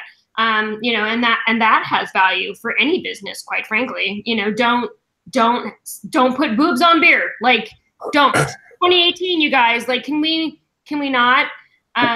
You know, so that they have to have somebody to call them on those decisions, I guess. You know, if you're doing things in a vacuum, you're always at a disadvantage, I think. You know, and we don't see a lot of companies going under that are old because they're subsidized by the government. We can get in that conversation if you want to, but you know, let's diversify and let's have new and interesting things and not just try to pass things on to our good old friends, I guess. I don't know. I have a lot of feelings on that subject. What were you gonna say, Joe? Were you gonna say something? I thought you were gonna say something at one point. I may have thought about saying something, but I don't remember what it was. No, I was just pretty much what Tanya just said. The lack of diversity in craft beer bothers me. I mean, I wish there were just more non-white males in craft beer, is what it comes down to. And it's a shame to see so much things happen because there are a lot of people that like craft beer and they should be a part of the business aspect of it, whether it's being an owner of a craft brewery or being a brewmaster or working at a brewery. It's very frustrating to see the lack of diversity in craft beer, and craft beer has been popular for quite a long time now. So I feel it's actually behind a lot of other businesses by a significant margin. And I don't get that because all types of people like craft beer. Doesn't matter, you know, what your background is, what your, you know, gender is, what your skin color is. It doesn't matter. It's like, it's craft beer. It's a lot of people enjoy it. So to not see it be as diverse as it should be is it's very frustrating, honestly. And it's sad to see, you know, it's stupid. I don't know. I think there's some changing moving forward. Sorry, go ahead. No, I'll just say hopefully they make up for lost time because it's you know, it's stupid. Yeah. For lack of a better word, it is stupid. Yeah, I mean, it's just, I think there's time and there's different things too where there wasn't maybe as much entry into it as well. And, you know, some of the stuff, I guess you say with craft beer also is kind of a niche type thing. If you're not used to drinking that, you're drinking other things, you know, just like some of the guys that drink just all macros, you know, they're not really doing it. But, you know, I think over time, I think you're starting to see move forward. It's just like anything, like the world itself, it turns slowly. Like you just don't feel those turns happening, but you know they're happening. So we'll see what plays out there. But I was interested having Tanya on here because we don't have as many women usually, just to kind of get her views there. Yeah. Some of the women I know in brewing, like some of the things that I hear is that they'll be somewhere and they'll go to some places and they'll ask some stuff like that and everything, or they're working at a brewery and like somebody will come up, usually like a guy, and they'll ask, you know, a type of beers, and they're like, well, this beer does this and this, and then they'll turn around and ask like the guy bartender who's less knowledgeable than what the female was there sometimes. So you still see some of that stuff out there.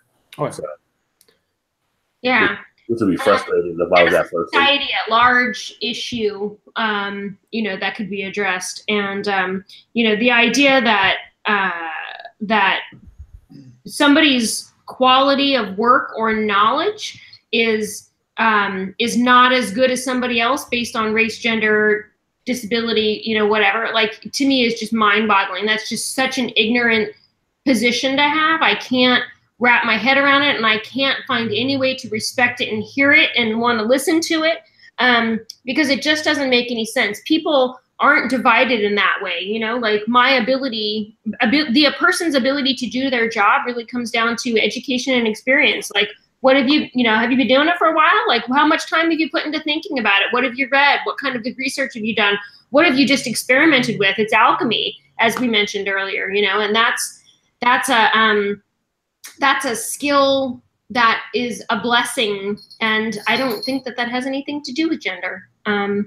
So watch for pink Pink Boot Society. They literally, you know, when you're doing a big brew day, you know, it's going to get messy. And a lot of times people wear galoshes and, you know, because sometimes you have to dump and it's really sad and you have to have a morning. But, you know, in those dumps, they wear galoshes. And so the Pink Boot Society, they all come in their pink galoshes, you know, and it's really a lot of fun to watch them work. And they put out some phenomenal beers. And they're brewing with some major brands. So check them out. I think Ninkasi did one, and Ninkasi has a little bit bigger distribution. And then locally there was like maybe, something up in Mendocino County. Anyway, they have a website. And I recommend that you follow them and see the things that they're doing and sell and find their beers if you can and request their beers if you can. And then, you know, I think quality will speak for itself. Like, try these beers. If they're amazing, then share them with your friends, just like you do any other beers. Share with my friends. Come on. Oh, yeah. Good point. Recommend to your friends. Recommend. Sorry. Recommend them to your friends after you had them. I tell my wife, that's one of a kind. You ain't getting none, sister. That's nonsense. Fair. Yeah, they do a lot of stuff. Actually, on Twitter, one of the Pink Boots groups, we follow each other there and we comment on stuff. But yeah, they do a lot across the country. But switching over to what goes good with craft beer, pizza. Pizza goes good with craft beer. Pizza. But how about craft beer infused pizza? Oh, for fuck's sakes. How so? Like in the dough? I've In had the dough, beer, so like, dough. craft beer infused pizza is coming to Wisconsin. So basically, it's going to be infused into it. I have no idea how they're pulling this off, but again, we talk about things getting put together. Cheese, baby, it's in the cheese. Yo, baby, some smoked Gouda with a nice imperial stout, baby, yeah. So that is the new thing, Oven Works Pizza. So they're going to have pizza where the beer is infused into it. That's It's just probably delicious. in the dough. It's probably fucking fantastic too. So Yeah. Yeah, I'd eat that. I'd try the shit out of it. Yeah. Eating beer jelly, so why not pizza? Yeah, there's beer everything now. So like, yes, I think we're all on board. Please. Right, Anybody's- if that's beer, sign me up. Yeah. If anybody's going to Tampa Bay for vacation, Busch Gardens is giving away free beer samples again. What kind of beer though? Yeah, well, it's free. No question. I mean, I get it. It's free. Yeah. But There's it's a little somebody orange. Some natty ice. Yeah. If you pay me, I'm gonna drink it. Yeah. There's got to be a line. Got to draw a line somewhere. Free's great, but not always. So now I feel almost comfortable to say, like, spring is here, even though it's like May, because we're finally getting good weather for the most part. We're gonna need you to settle down, Rod. I'm sure there's another like snowstorm in here somewhere for us. But as we hit these nor'easter. as we hit these warmer months, are there any beers or styles you're looking forward to getting more involved with that you want to try more that you kind of have for the season? Joe, you're nodding. What you got? Well, son? I mean, the beer that's going up tomorrow on my channel for review is a Goza that's basically infused with key lime pie flavors. For me, I like Gozas and Berliner Weisses. Now to go back to Tanya, she's talking about not a huge fan of that, and you know, teach their own when it comes to craft beer. For me, I like the kettle sours personally, not more than regular real sours, but I like that they're not overly tart for the most part. And they work really well with other fruited flavors. So when spring comes in summer and it's 90 degrees out and it's super humid, I like a tart beer that has fruit flavor because it reminds me of drinking like a lemonade, which is super refreshing. Mm-hmm. So if I can get something in that vein, and and me, it's lime and key lime, which is why I've been watching your reviews and commenting, Rod, and whatnot, because I enjoy lime flavors, and to work in styles that are a little bit lighter in flavor, like you did a lager and a pilsner and a Goza, where they can accentuate the base notes and whatnot. I think that's what I enjoy. So I'll be seeking out more of like citrusy, fruit flavored tart beers, or even just like basic styles, because they're, dare I say, quaffable, super enjoyable, and quite thirst quenching. So that's pretty much what I'm looking forward to. But I'm one of those guys to harken back to what Paul said, like, I don't know, half an hour ago about imperial stouts and barley wines all the time. I am not a guy who drinks styles based on seasons. Like I can totally enjoy imperial stout when it's 90 degrees out. Usually at nighttime, not out like by the pool, but usually at nighttime. Yeah. I can drink, lower ABV tart beers or just lagers in the middle of winter. So it's all how I'm feeling that day. But as the weather becomes better, pool beers are definitely. As we know, I mean, there's certain companies that release certain things during times of the year. So it makes them, like for instance, you're mentioning those. Like I had this when I had the Sea Quench Ale when I did that review. I could easily see just relaxing into that on the back deck and relax when it's a warm day or something. So or a barbecue or something. You go to a barbecue for 3-4 hours and you don't want something that's going to tear you up ABV wise, but you can drink 3 or 4 of them, chatting with family and friends. Yeah. For me, it's a lower ABV, something that has something that I vibes with, the spring and summertime. And usually that's fruit forward or very something that's super thirst quenching and you can drink a lot of. So. Yeah. Last night I was at one of the breweries, which I'll upload that video probably this weekend at Woodburn, one of our local ones.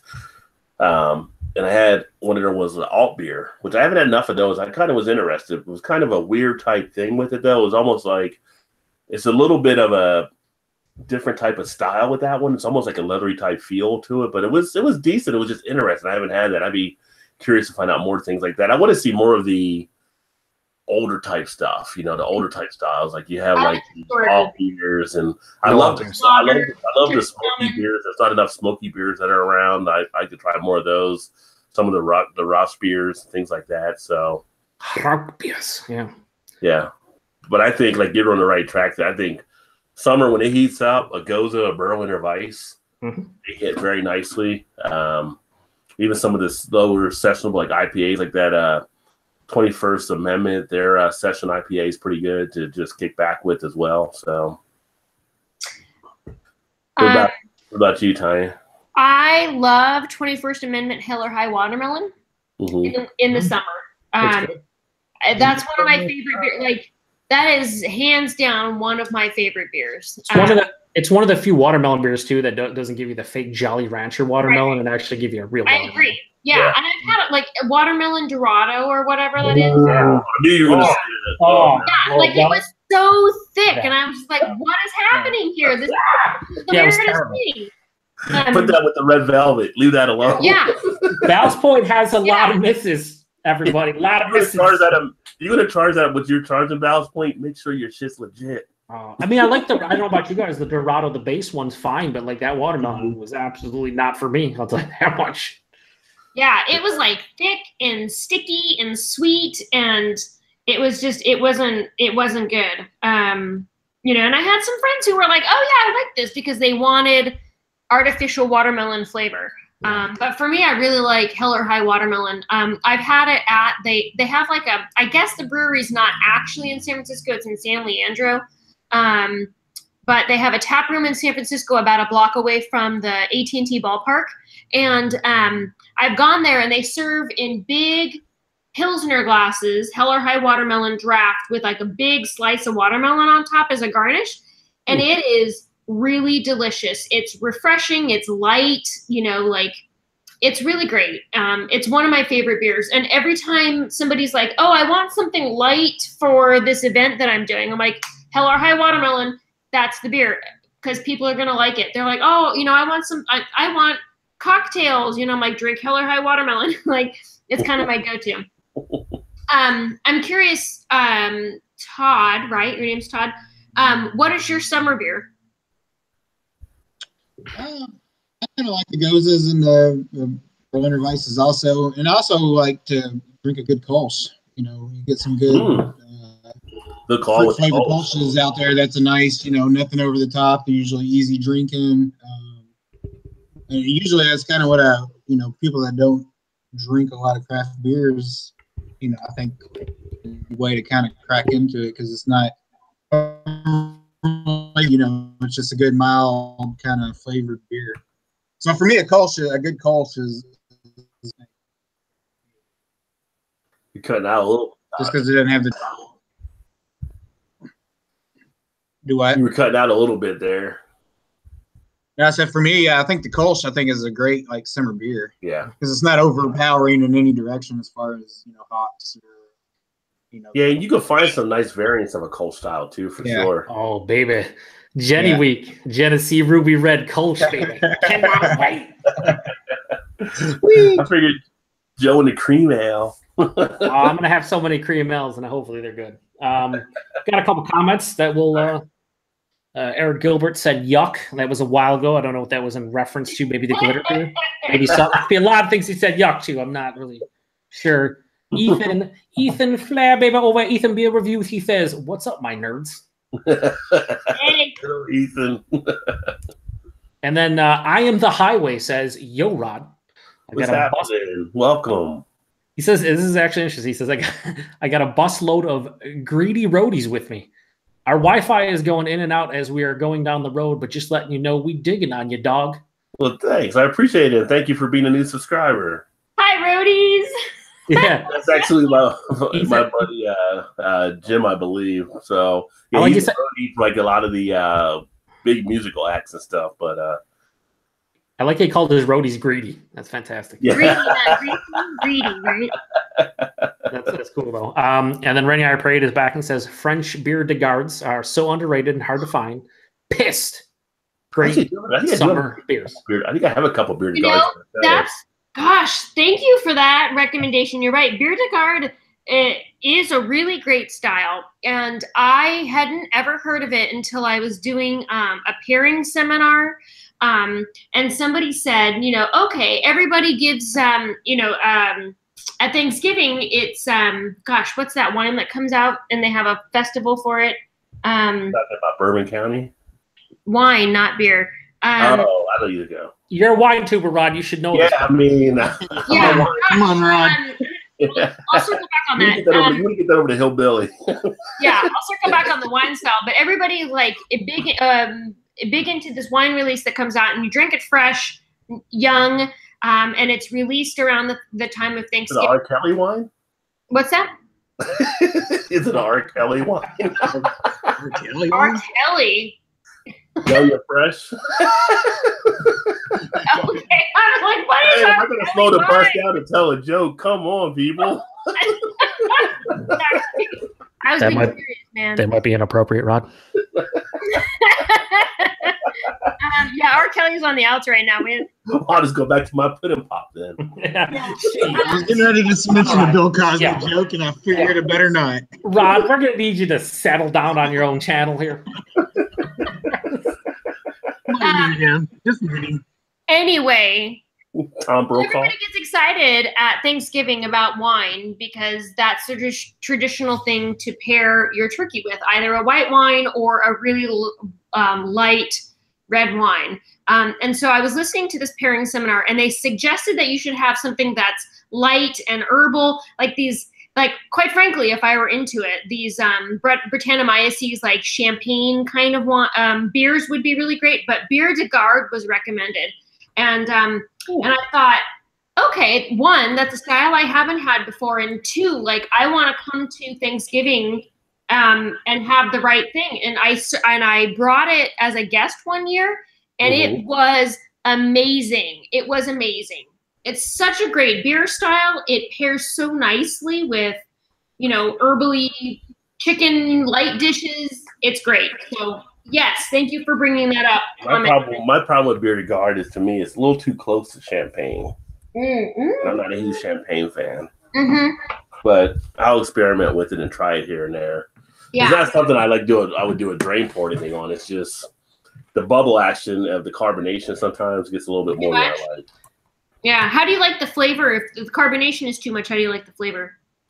The flavor I can deal with. Like I said, it's more like a wine type flavor, so it's more like a white wine. I'm more of when it comes to wine, going into my wine tubing, I'm usually more of a Malbec type person or a Cabernet. I like the darker. I like Shiraz. I like things like that. So yeah, I'm not a huge white wine type person, but I can deal with it. I mean, yeah, point, once the alcohol hits a certain level, it's all good, baby. It's all good. It's all good. Yeah, I don't really like white wine very much either, and so I thought, well, let me try Bière de Garde as a pairing for Thanksgiving dinner, and it was good. Yeah. So you're right. I think that's an under appreciated style of beer. Yeah. we still have some more comments. I just want to say thank you, Raining on Parade, for bringing that to the table. You finally did something positive in the beer tubing community. Most of the time, he just makes stupid comments. I love your Raining on Parade. Anyway, Ethan is Ethan, and he says, "I want less of Joe and more of Rod." That's unfortunate, Ethan, because I want less of you. Delete your channel. Eric, I need to meet with Ethan like halfway somewhere, so I need to meet in Dayton or something. Yeah, you don't really need to meet Ethan ever. He's Ethan. He's a guy that does things. Eric Gilbert says Duvel triple hop would be his probably go-to spring summer. Oh, that's a good one. Yeah, can't really go wrong with that. Yeah, you can't go wrong with that. Yeah, can't go wrong with Duvel in general. Maybe that's such a good beer. Ryan, Beer by the Number showed up. What's up, Ryan? Hey, Ryan, what's going on, brother? Hey. Ryan is one of the more unique beer tubers. He does something that a lot of people don't do, which is cool. I always enjoy his videos. He says, love the sound of a nice watermelon brew. He also says Kolsch is his favorite style, and he just found his first one on tap at a local brewery tonight. I think he's talking about the watermelon brews. So that's pretty cool. Ethan continues with his misinformed, nobody cares opinions, and he says, my favorite summer style is brewed IPA. It's like a champagne IPA. Ethan, just level with us. You probably had one of them, so settle down, okay? I think he actually mentioned like a local brewery did one locally. He was like, it's been good, he enjoyed it or whatever, but he's Ethan. His opinion doesn't count. And then Eric Gilbert continues with, here comes the Chappelle flashbacks with R. Kelly jokes. They are not appropriate, so we won't do that. But I did think about that when Rod said that. Yes, I think we all did. Or the South Park trapped in a closet, that too. So. I just think of all the videos he did with doing him. Yeah, I'm cracking up now. Yeah, it's pretty good.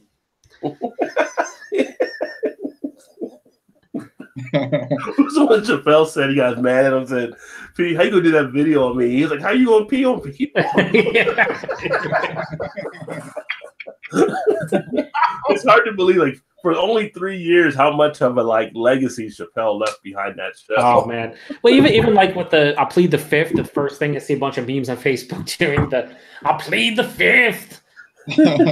Anything you say, fifth. Yeah, like it's so good. Like and that was 15 years ago, which is amazing.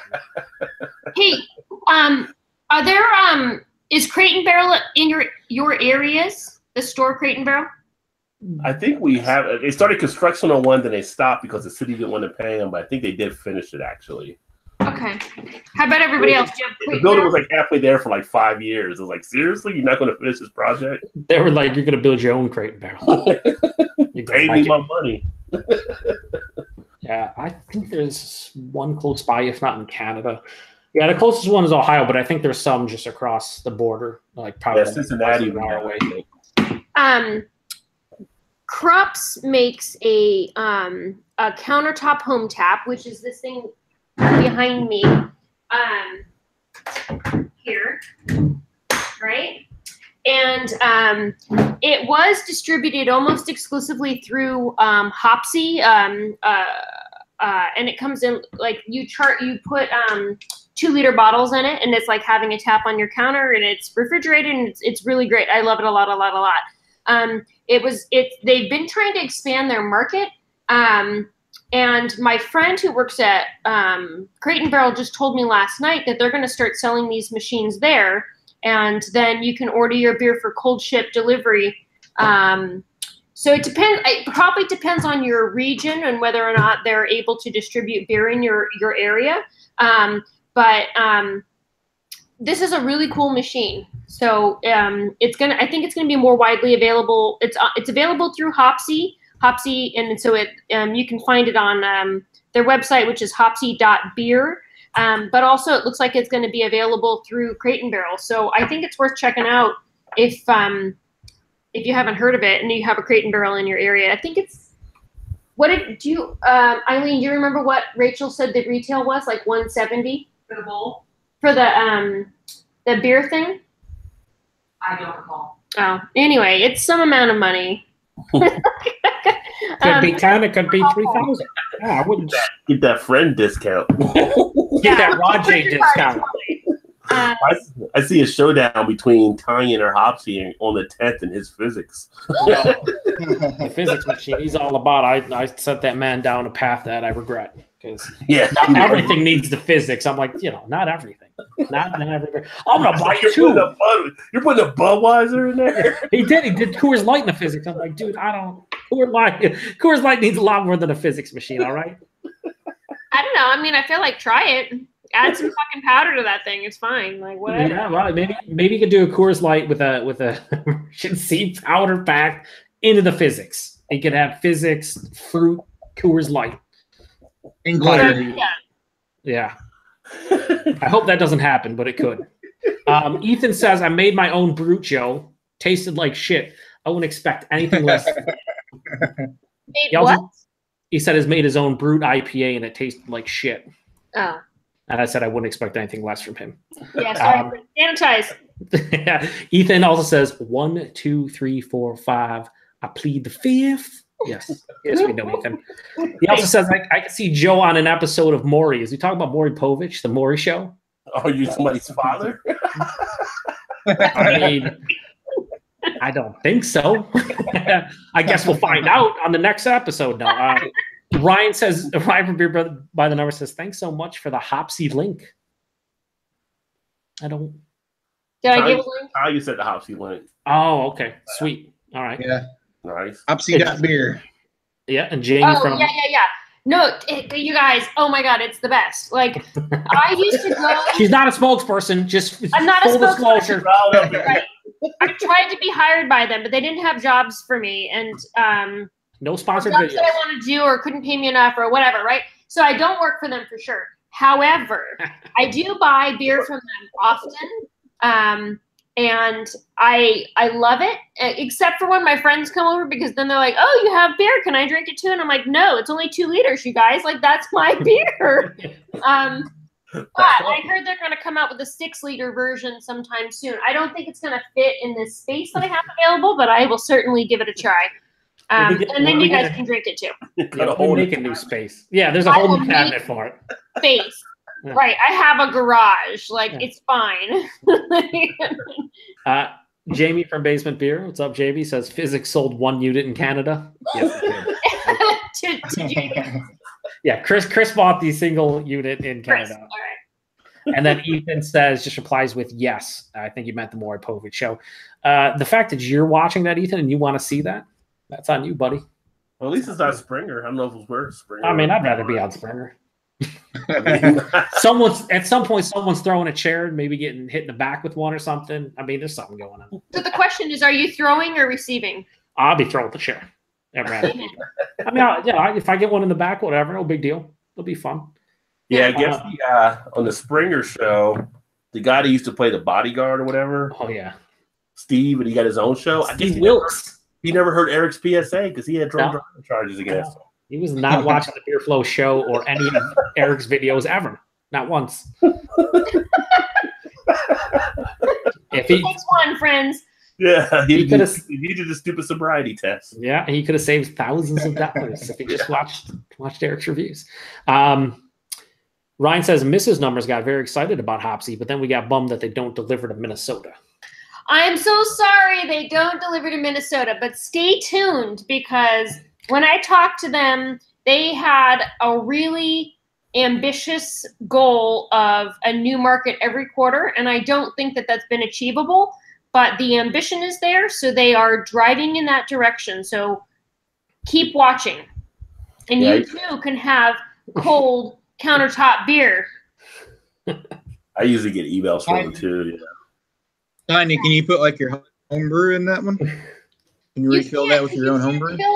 I wish I had a canister, but I drank them all. It's a real problem, you guys. But they're 2-liter bottles, so it looks like a 2-liter soda bottle, but they have a little. It's a closed system, and they have a little tube that comes out the top that snaps in. And then there's a compressor, so it doesn't actually touch air, but it keeps it compressed. I'm not exactly sure how that works. So you can't fill it yourself. You have to buy the bottles. And And I think that they're working on distributing them so you can buy them in more places and not just directly from Hopsy with a cold ship. But, you know, they have like Birra Moretti. I actually, I get a delivery from them each month. And so next month I'm getting something that I was really surprised about, and I'll look it up in my email. Just so for all of you guys that are watching that don't exactly know what Tanya is talking about, it's this one here. It's the yeah, exactly. So this machine, like in that round section, holds a 2-liter bottle that looks like a soda bottle. You can see them down in that picture. Oops, this it went the away. container you're talking about right here. Yeah, you take that that black top off because it's like that's not part of it. And it's like a little tube that comes out, and you put it in, and it comes out that little spigot at the top. Anyway, it's the best thing because it's like having a growler, but it's like sealed. So there's no air exposure. So rather than lasting like 2 days, it lasts like 3 weeks. Or even longer, because I feel like I've had them in my refrigerator for longer than that. And you can, and it's like a draft pour every time, and it's amazing. I'm getting Gordon Biersch Pilsner this next shipment. I didn't know Gordon Biersch was packaging with Hopsy. So I'm gonna get like you can anyway. So yeah, that's the store. That's the store I used to actually have to go pick them up because they didn't do cold shipping in my area, and now they ship all over California. It's really a great system. If you're drinking beer yourself, like 2 liters is fine. I always pour them into these stemless wine glasses because I pour about that much each time because I like it cold. And it's great. So I get like, I don't know, a ton of beers. It's 2 liters. So I think that roughly works out to 6 pints, and you get it for about $20 for 2 liters. It's from all of these breweries all over the place. They're opening up new markets. So right now they have San Francisco, and you can get all the great beers that are out here.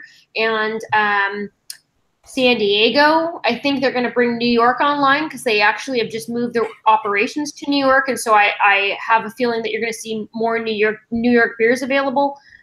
It's a really great system. I can't say enough about it. It's probably my favorite appliance. And it's sitting right next to the espresso machine, and the espresso machine gets second place. It's that serious. Again, it's not pretty a cool. pace. It's kind of like a beer Keurig. Yeah. Yeah.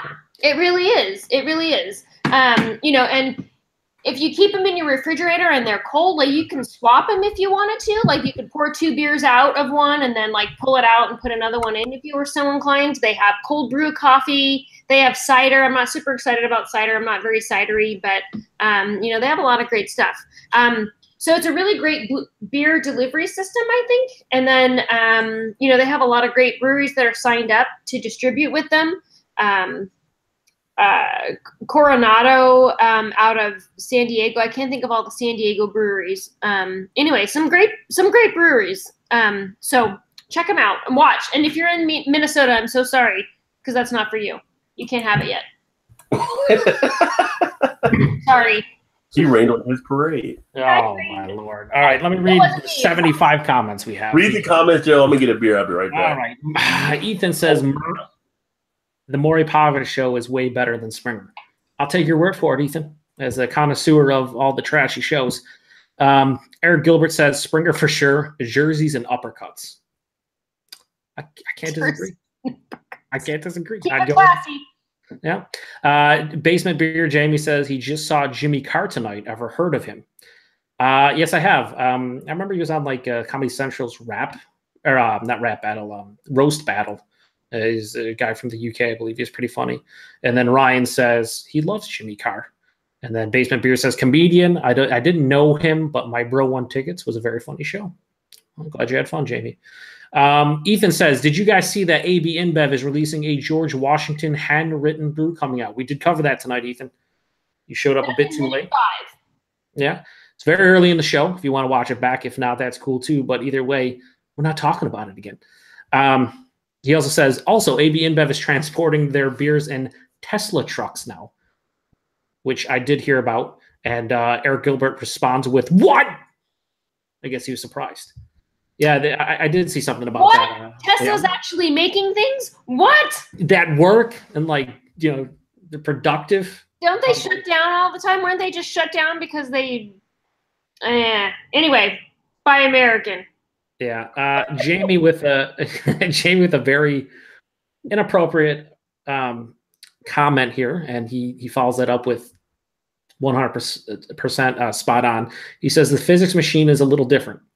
You put the beer in there, and then the physics machine compresses the beer into little capsules you can do something with. I will not say. And then he says, I can tell when Joe reads my comments when he just shakes his head. Yeah, that happened. Yeah, Jay, so they're inserted somewhere, and you absorb alcohol faster? Is that what's happening? Yeah, that would be what it is. Yeah, that's what we talk about. All right. That is a really excellent use of physics. Good job. Moving on. I don't know if Chris uses it that way. I'd imagine he doesn't. Hopefully he doesn't. Hopefully he just drinks it. But why did he tell us? Jamie, how do you know that, Jamie? Do you said only one machine was bought yet? Chris bought it. You sure there weren't 2 machines bought, Jamie? Come on. He just went over. They did it together. Well, that was his. I guess that's his fetish. Is the physics machine in general. But yeah, we that's it for comments. Ooh, how was the Waldo's? Damn good. Yeah. Did you review it? I haven't uploaded it, but yeah, I reviewed it. I've had like 3 requests for me to review it, and I'm like, everyone's reviewed it. Mm-hmm. Like, I've seen a lot of the reviews out there for it. I've seen a lot so far, man. People. I had it last year, and I thought it was awesome, but I didn't buy it this year. Yeah. I didn't have it last year, though. Oh, okay. The only reason I got it is because one of my guys, before themselves, he let me know he had it. Yeah, here we go. I got into a case and it was 28 cents. It was still $10.99 a 6-pack, but had it not been there that day, it would have went to. He said he was going to email me anyway when he got him in because he had a bunch of us on the list. But first time I got it there. Was it $10.99 in Canadian dollars? $10.99 American, baby. Why? How much you usually pay? No, it's probably about the same what I pay. You're Rod J. You get deals. Like I can't. This is. I don't want to get a deal on this Galaxy High. I got 2 left, and I'm about to drink another one soon. Great beer. It's a great beer. I don't think I find some more. Tanya, you there? Am I here? I just said I was waiting on you in the Galaxy High. You were like you just sat there. Oh yeah, sorry. He's on the Galaxy High. I think she's on a Hopsy high right now. Not a paid spokesperson. Not a paid spokesperson. Not a physics high because awkward. I wouldn't want to see a physics high, or maybe I would. Yeah. Can we make? No, not can we make. Can whoever made that comment? Can you make a video? Actually, I guess it would not be acceptable on the internet. I don't know. Jamie could find a creative way to make that video. I'm not sure we'd want him to, but he probably could. Got a lot of blurry scenes, I guess. Ryan says, "Who shot first, Joe or Basement Beer?" Ha ha. And then Jamie deleted those comments. You didn't have to retract those comments, Jamie. They were funny. It's on the internet. Everybody knows. Yeah, it was funny, Jamie. I didn't want to read them because F you, man. Eric Gilbert says, "No, the Hopsy. What? He's okay. So he's more floored about the Hopsy than the Tesla trucks that are actually up and running and I guess apparently delivering beer, which, Me too. I'm that's great. Yeah, he's all about the Hopsy. Jamie says, "Good navigation, Joe." I can't navigate. Rainier Parade says, "I'm drinking a Waldo's as well because he loves Lagunitas. He also loves French beer de garde." Here, Lagunitas. I always find it fascinating when you find like a new beer tuber that has a Lagunitas but doesn't know how to pronounce Lagunitas. It's always so fun. Like it's just a great time. I've heard some doozies for Lagunitas. Oh, there's some people that can't pronounce it. Is this Lagunitas? Lagunitas? Like I can see people tripping over Uintall, but at your point, you have to learn how to pronounce the words of the breweries. You know what I can't pronounce is the Yingling one or Yingling? Yingling? I don't know. Yingling? I don't know. It's awful. Okay. Paul's favorite saison. What? Oh, yeah. It's a nice American wild saison, right? Solid. Ethan says Alaskan Brewery is expanding its distribution to Missouri. Here's the thing, Ethan. How the hell do you know that? Why do you know that? And why are you telling us? Is it coming to Tesla? Also, if you can get Alaska Winter Brew with spruce tips, do so. It's just like a winter release. It is so good, though. Try it. I just love that. Go ahead. No, go ahead. No, I'm just saying we're getting more of the Alaskan brews sent our way, it seems. I've seen them pop up more and more. Alaskan makes some really good beer. I like their, not a huge smoked beer guy, but their smoked porter was really good that I had years ago. It was really good. I'm just curious as to Ethan, who lives in Ohio, would have a random fact like that. They're totally upping their distribution into Missouri, guys. I can't. Ethan's trying to contribute beer news. Why are you attacking him? Oh, because Ethan's my boy, and I can attack him, and he's gonna take it. Don't hate, collaborate. Oh, I just love it. Ethan, you are the most knowledgeable guy when it comes to nothing. Eric Gilbert says $10.99 a Canadian isn't worth anything in Canada as well. Correct.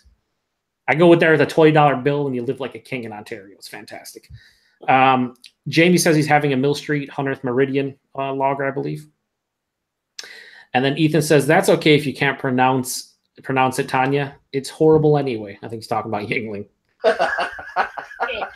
It really is. Somebody sent me one in the mail and I get it and I'm just like, all this hype, I was super excited about it. Not a good beer. Also, the guy has bad politics, but in the words of Les, hold on now. Now hold on. Now hold on. England isn't terrible. I mean, If it's I got its agree- place. It's definitely better than a lot of the other ones out there for lagers, in my opinion. right, but lagers. That's true. That's true. Now it's been reclassified as an American wild saison, according to some. According to PA It is not. According to PA some. Brew News says it's so. Who says?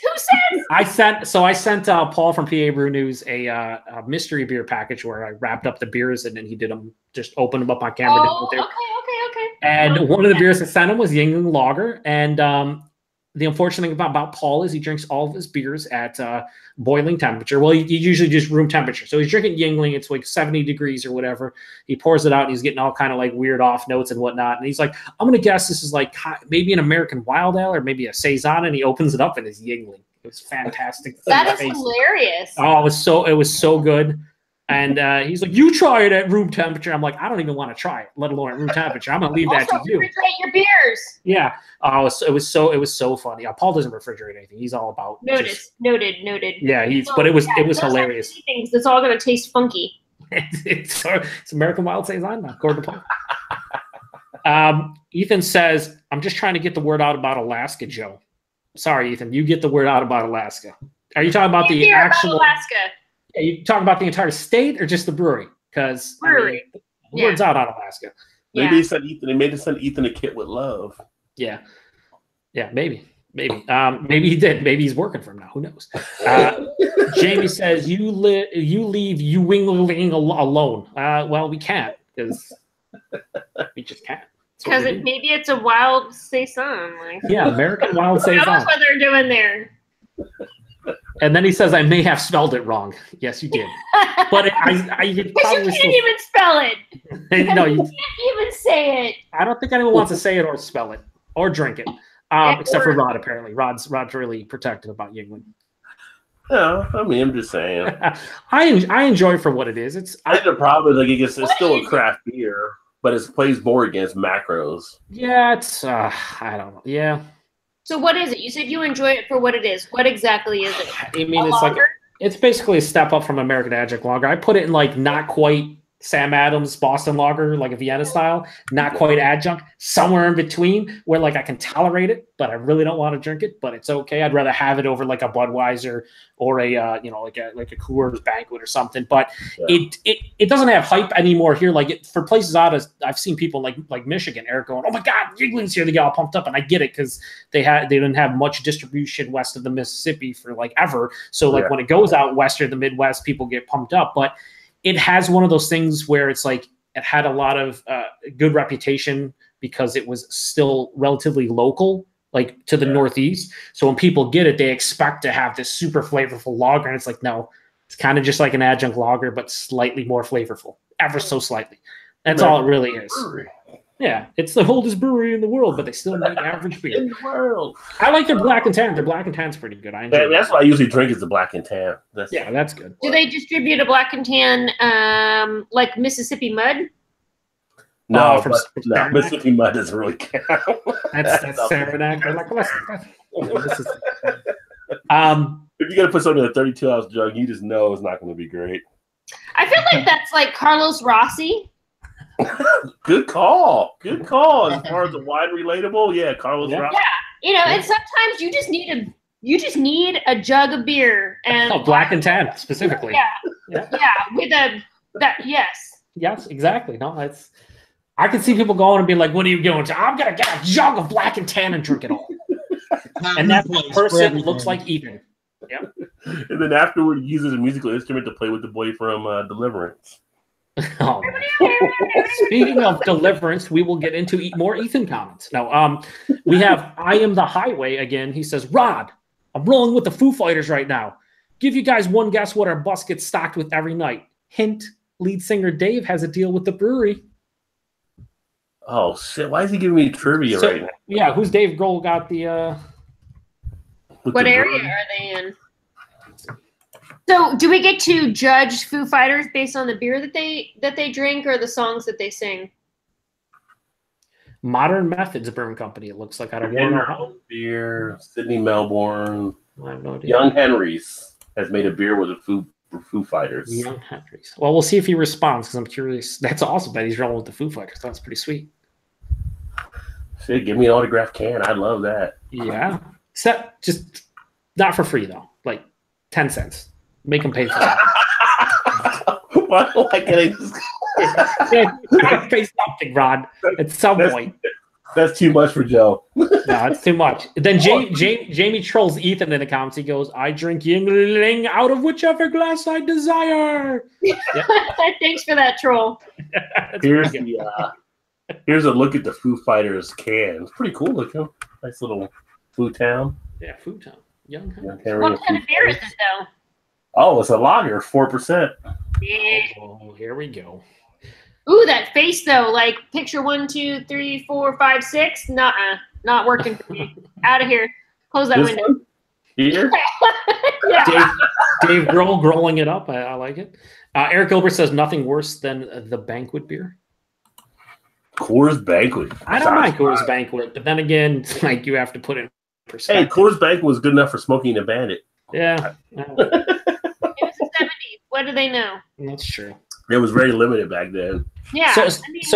So Eric, what is if you have to? Well, Eric, I'd imagine like craft beer, but if you don't, what is your go-to macro? I think is there Eric's in Canada? I'm pretty sure. So that's an interesting question. Can everybody tell me what their go-to macro is? Genesee Cream Ale. Okay. That's a good one. Yeah, I enjoyed. I mean, it's not an adjunct lager. Cream ale, but it kind of tastes like one. I mean, if you give someone a cream ale and you give someone an adjunct lager, I don't think anyone's be like totally cream ale. That's a cream ale, no doubt. They're gonna be like, it's all right. So I like it. Mm-hmm. Okay. Todd. He's angry right now. Gosh, damn it, son of a! I guess I'd say like a Bud Light or something. I don't know. It's kind of one and the same. They're all kind of one and the same, really. Inoffensive, for the most part. Okay, Rod. What's your definition of macro? Oh, here he goes. No Goose Island, no Ballast, no Founders, no Founders, no Lagunitas, like actual macro, like adjunct. Technically, they fall under the macro umbrella now. Yeah, well, yeah. Pull out the definition here because we've heard it 100 times. Rod, we don't need this BS right now, okay? You know what she's asking. You better answer right. I don't really have a go-to macro. It's like, well, yeah. Come on, man. When you say go-to macro, Tanya, I drink like Genesee Cream Ale like twice a year. That's pretty much what my go-to macro would be. So, would you count Guinness as a macro? Yeah, they're a macro. Okay, that's my go-to. Like, if there is ever a beer that I'm going to buy more than one time, because mostly I'm trying to try everything, then it would be Guinness. And I would pretty much, like, if I'm at a place and they're like, what beer do you want? And they have Guinness and then a bunch of shit I would never drink, it would always be Guinness. Because it's like Bud Light, Coors Light, you know, sometimes they have an IPA, but it's usually one that I'm not interested in. And then they have Guinness. And I'm like, well, clearly the choice is Guinness, you guys. Like, why did you even ask? So Guinness, for sure. Like, I love Guinness. I love Guinness. Yeah, Guinness would be bad. It's kind of spoiled now because regular Guinness doesn't do it for me as much anymore because I've had that foreign extra stout. Yeah. I like the Antwerp. The Antwerp is pretty good. Hey, Rod, you're not getting out of this question. You got to answer at some point. Just let you know.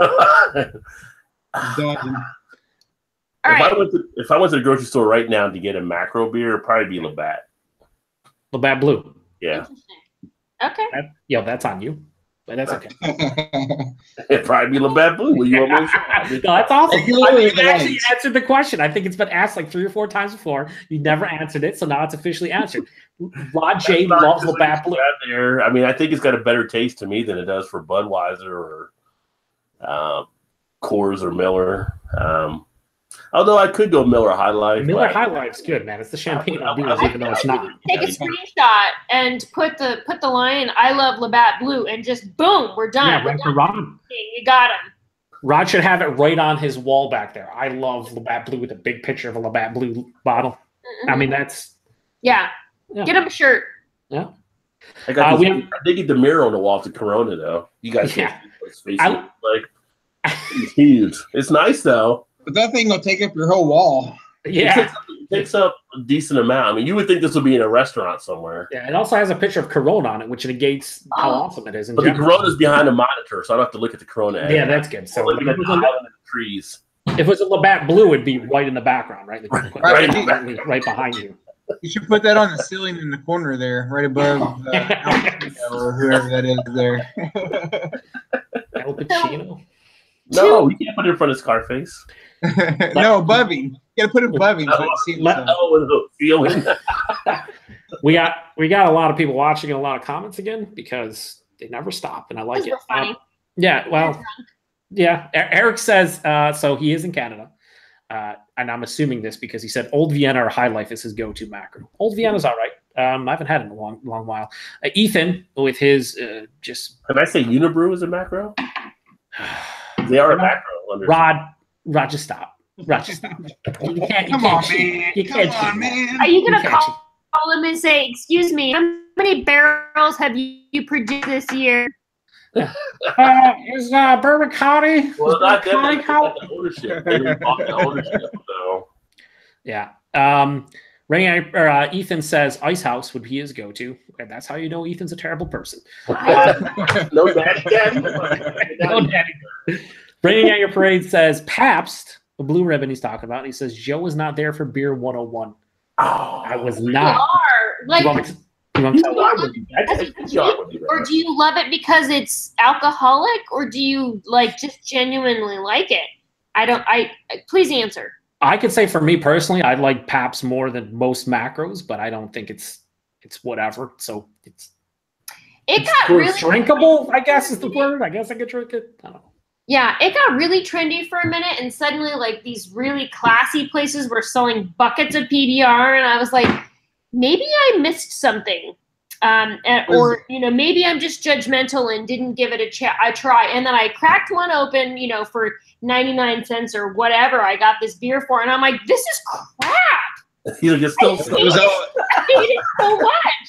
It was all because of the movie Gran Torino in Oh, okay. I think well, if I ever try the APA, maybe then I'll say Pabst next time. Dual review, Rod, you and I, APA. I gotta find it first. Yeah, but if I find it, yeah. I don't want to find it. I think I buried it. I might have drank it already. Now, if you want to at some point, though, we can I don't all the views. No, but Ring Air Parade has 2 messages that he retracted. But I remember one of them. So even though it's retracted, I'm gonna read it. Screenshot next time. Yeah, he did say I didn't think he was gonna retract them. So but I didn't see the second one. The first one he said though, Pabst followed by Jenny Cream Ale was the second. So okay. So that I don't know why he retracted that. What is the cream ale that you're saying? Is it Genesee? Genesee. Genesee Brewing Company. They're in Rochester, New York here. N's and S's and E's. Yeah, there's Okay. yeah. They're relatively local to me, but I don't really like most of their regular beer, just the cream ale. But they have their Genesee Brew House, which is like their craft line under the umbrella that makes really good beer. So I like that line of it, plus the cream ale. That's about weird ends for me. I would kind of look to try that, but I got to buy a 12-pack at my one store that has it. What, the cream ale sampler? Yeah, cream ale. Yeah. I did, and I ended up giving half the pack away just to people who exactly were in your situation. We're like, I don't want to buy them. Like, you don't have to. You can try. You can try because I didn't really want. I could buy a 12-pack and take one out for the review, and I just go around to all the homeless people. Yeah. Hey, have a beer. and ride it on Kush like $1.99. So why not? That's right. That's right. They'll pay you to try it. We have Jamie who says macro. He goes Coors Light or Banquet, which, you know, I could see a lot of people. Clearly, he's a Coors fanboy. Jamie. Silver bullet. Silver bullet.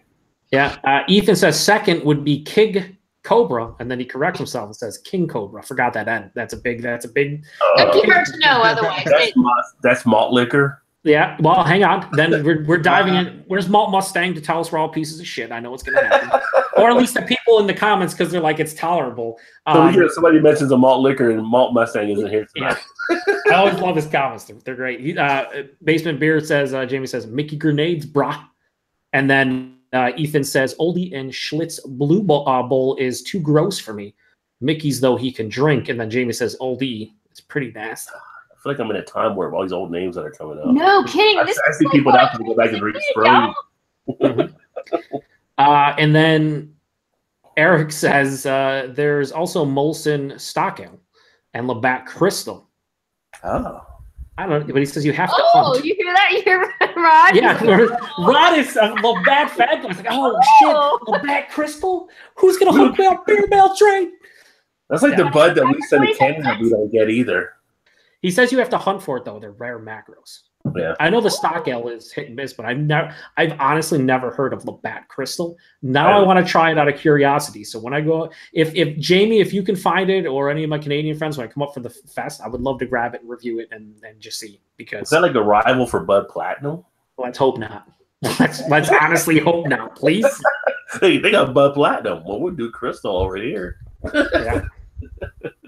Now Ethan says, have any of you seen Cobra Kai on YouTube Red yet? Did you like or dislike? Curious. I've seen the ads for it, but I haven't checked it out. Yeah. Have seen what? Cobra Kai. It's like a continuation of the what you call it movies, Karate Kid movies. Like they're doing it on YouTube Red like a special series. Oh. It's like, he's like the kid he beat up was like a teacher or something. Yeah. I live under a rock, guys. Don't know. It's Karate Kid from back in the day. Not the Will Smith remake. Yeah, not the Will Smith remake. That's terrible. Rainy Eye Parade says Pabst goes down much better than Bud or Coors and a lot of other macro lagers. Fair enough. And then Ryan Beer by the Number says Minnesota favorite macro Grain Belt Premium. That sounds like a local like adjunct, like we are premium lager. And we're I thought he was going to say Minhouse or something. No, if he did, Ryan, I would not like you anymore. I mean, you're an awesome dude, and I love your channel, but no one likes Minhouse at all. Like you're not allowed to. Even people who work at the brewery don't want to enjoy that stuff. So Minhouse got to draw the lines. Yeah, Minhouse to booze reviews, and it sets him off. Yeah. But that's it for comments as of right now. We have 9 people still watching, which I appreciate all. That gave us some good fodder. We seem to dive into the later hours for whatever reason lately. All right. I have two things I want to share. One is a question for you, Rod. I know that you drink a lot of the Trader Joe's brews, right? Yeah. Mm-hmm. Okay. And you had an alt beer recently. Is Alternate Dimension available in your area? I haven't seen that one. I haven't been to Trader Joe's in a while, though, but I haven't seen that one yet. Did you get it at Trader Joe's as exclusive at Trader Joe's? This is a Joseph's Brow Brewing Company. Yeah, that'll be exclusive then. Yeah, that'll be just Trader Joe's. Okay.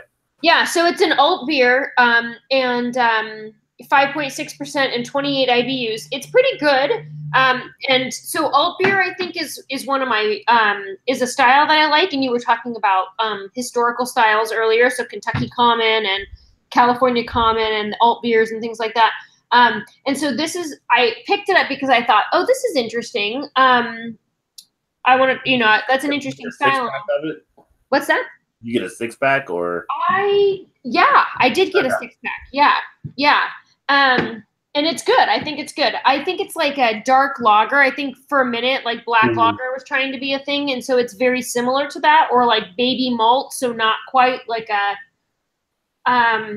Hellsbach or, even Hellsbach is still pretty light, but anyway, it's on the darker side of light, I guess.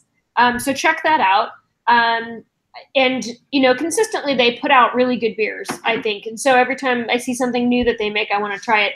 And then my sweetheart was in Nicaragua recently, and people see my name Tonya, and they think it's Tonya is how it's pronounced. Mm-hmm. And so they saw this beer and bought it for me.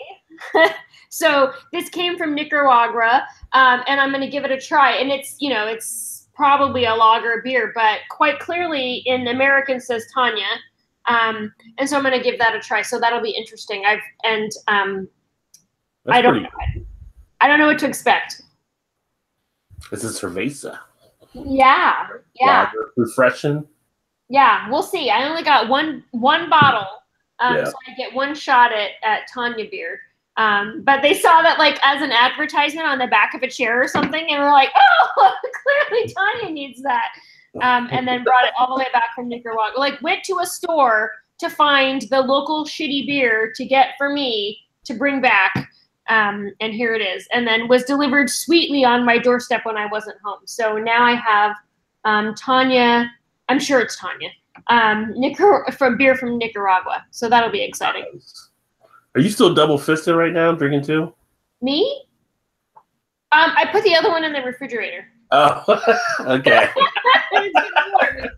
You got a double fisted. Like this one is gone, and so I'm either going to get off and go sit on the couch and do couch-related things soon, or I'm going to get drunk and we're going to talk about social justice issues. Like one of those two things is going to happen soon.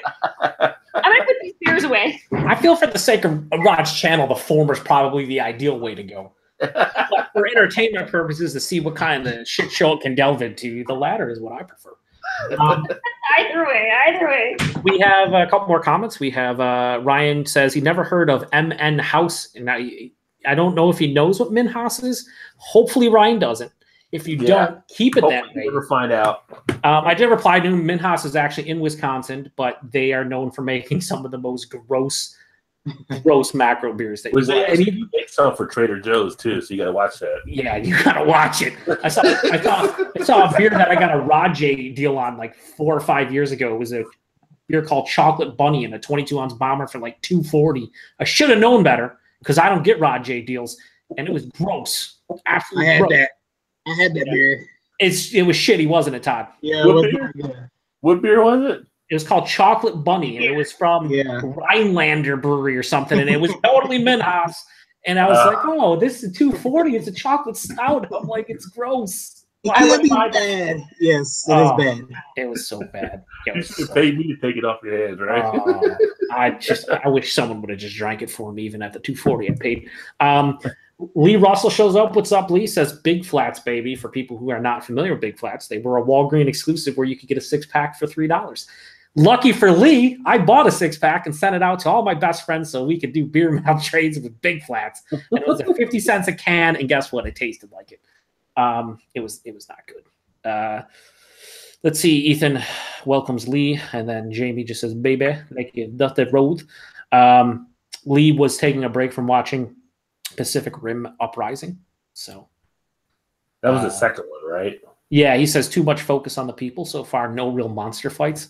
See, that's what you need out of monster films is monster fights. Like that's why people watch. Good. The second one, I was wondering how it was going to be. Yeah, same thing. I enjoyed the first one. I because I like all the Godzilla movies for what they are and whatnot, and that's like, hey, it's another. Well, the concern was, were they going to do it like Independence Day? Because now they got the kid that would have been the guy's kid from the first Pacific Rim, like they did with Independence Day, and just because it's not the Independence Day wasn't even his kid. It was like the woman he was dating his kid. So it's like the skills may not transcend over. because just because their dads were good fighters or whatever. So yeah, I mean, did you say all of the Godzilla movies? Well, except for the 1998 piece of shit one made with Matthew Broderick. Okay. Oh, you liked all? You said you liked all the Godzilla movies. Well, I enjoy Godzilla movies, except for the '98 one, which was not. Yeah, that was like, Godzilla, like 90 minutes in or something before they even showed the thing. Yeah, and it was terrible. It's just terrible overall. Ethan says I was waiting to see it because I love the first one. Yeah, waiting to go to the dollar theater. Ethan, always looking for those deals, baby. And then Lee says it's okay so far, but I'm 40 minutes in and no kaiju. So if you're 40 minutes in and you don't even see any of the monsters, like what? What? Couldn't do that with Starship Troopers too. Yeah. I'm pretty sure Starship Troopers was just a joke. Isn't Starship Troopers just a joke? I don't know. We're about to have our 6th Force, and they're going to be fighting in space, apparently. Nah. Oh, and Ryan pops in, and he's like, Lee, keep going. Have faith in the monster fights. Pacific Rim Uprising wound up as our favorite, so give it time, Lee. Take a break. Hang in there, Lee. Hang in there. Thanks for not having any spoilers. Comment. Thank you. And then Ethan said, I've got people on my Facebook feed already spoiling the Avengers. Like, everybody didn't want to go the first weekend.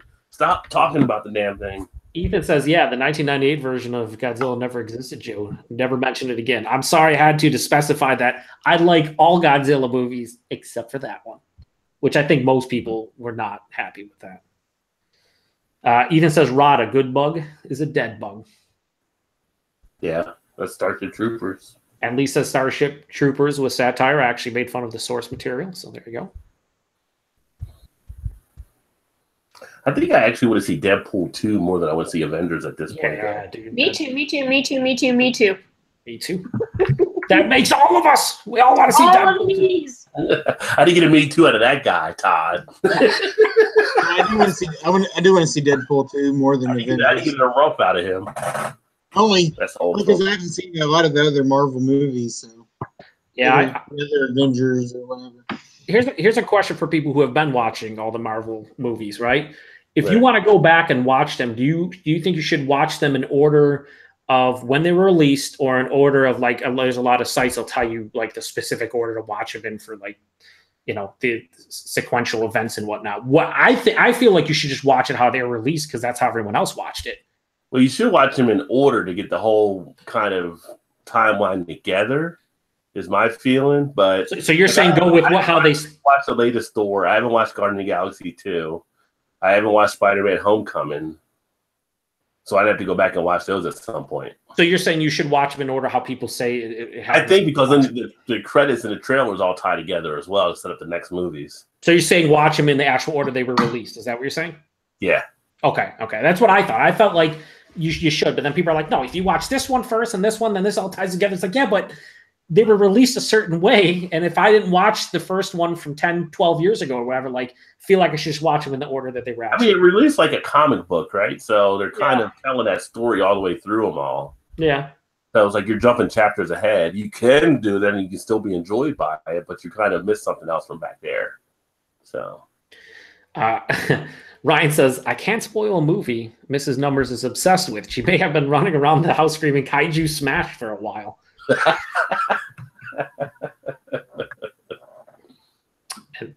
good movie I heard out there too is that movie A Quiet Place. A lot of people seem to really like that one. That's the one where they're like in the woods or whatever. They can't make any noise or whatever. Yeah. That Jim. I haven't seen that, but I've heard the same thing. I heard it was pretty good. If you like a good scary movie. But not the scary movie franchise.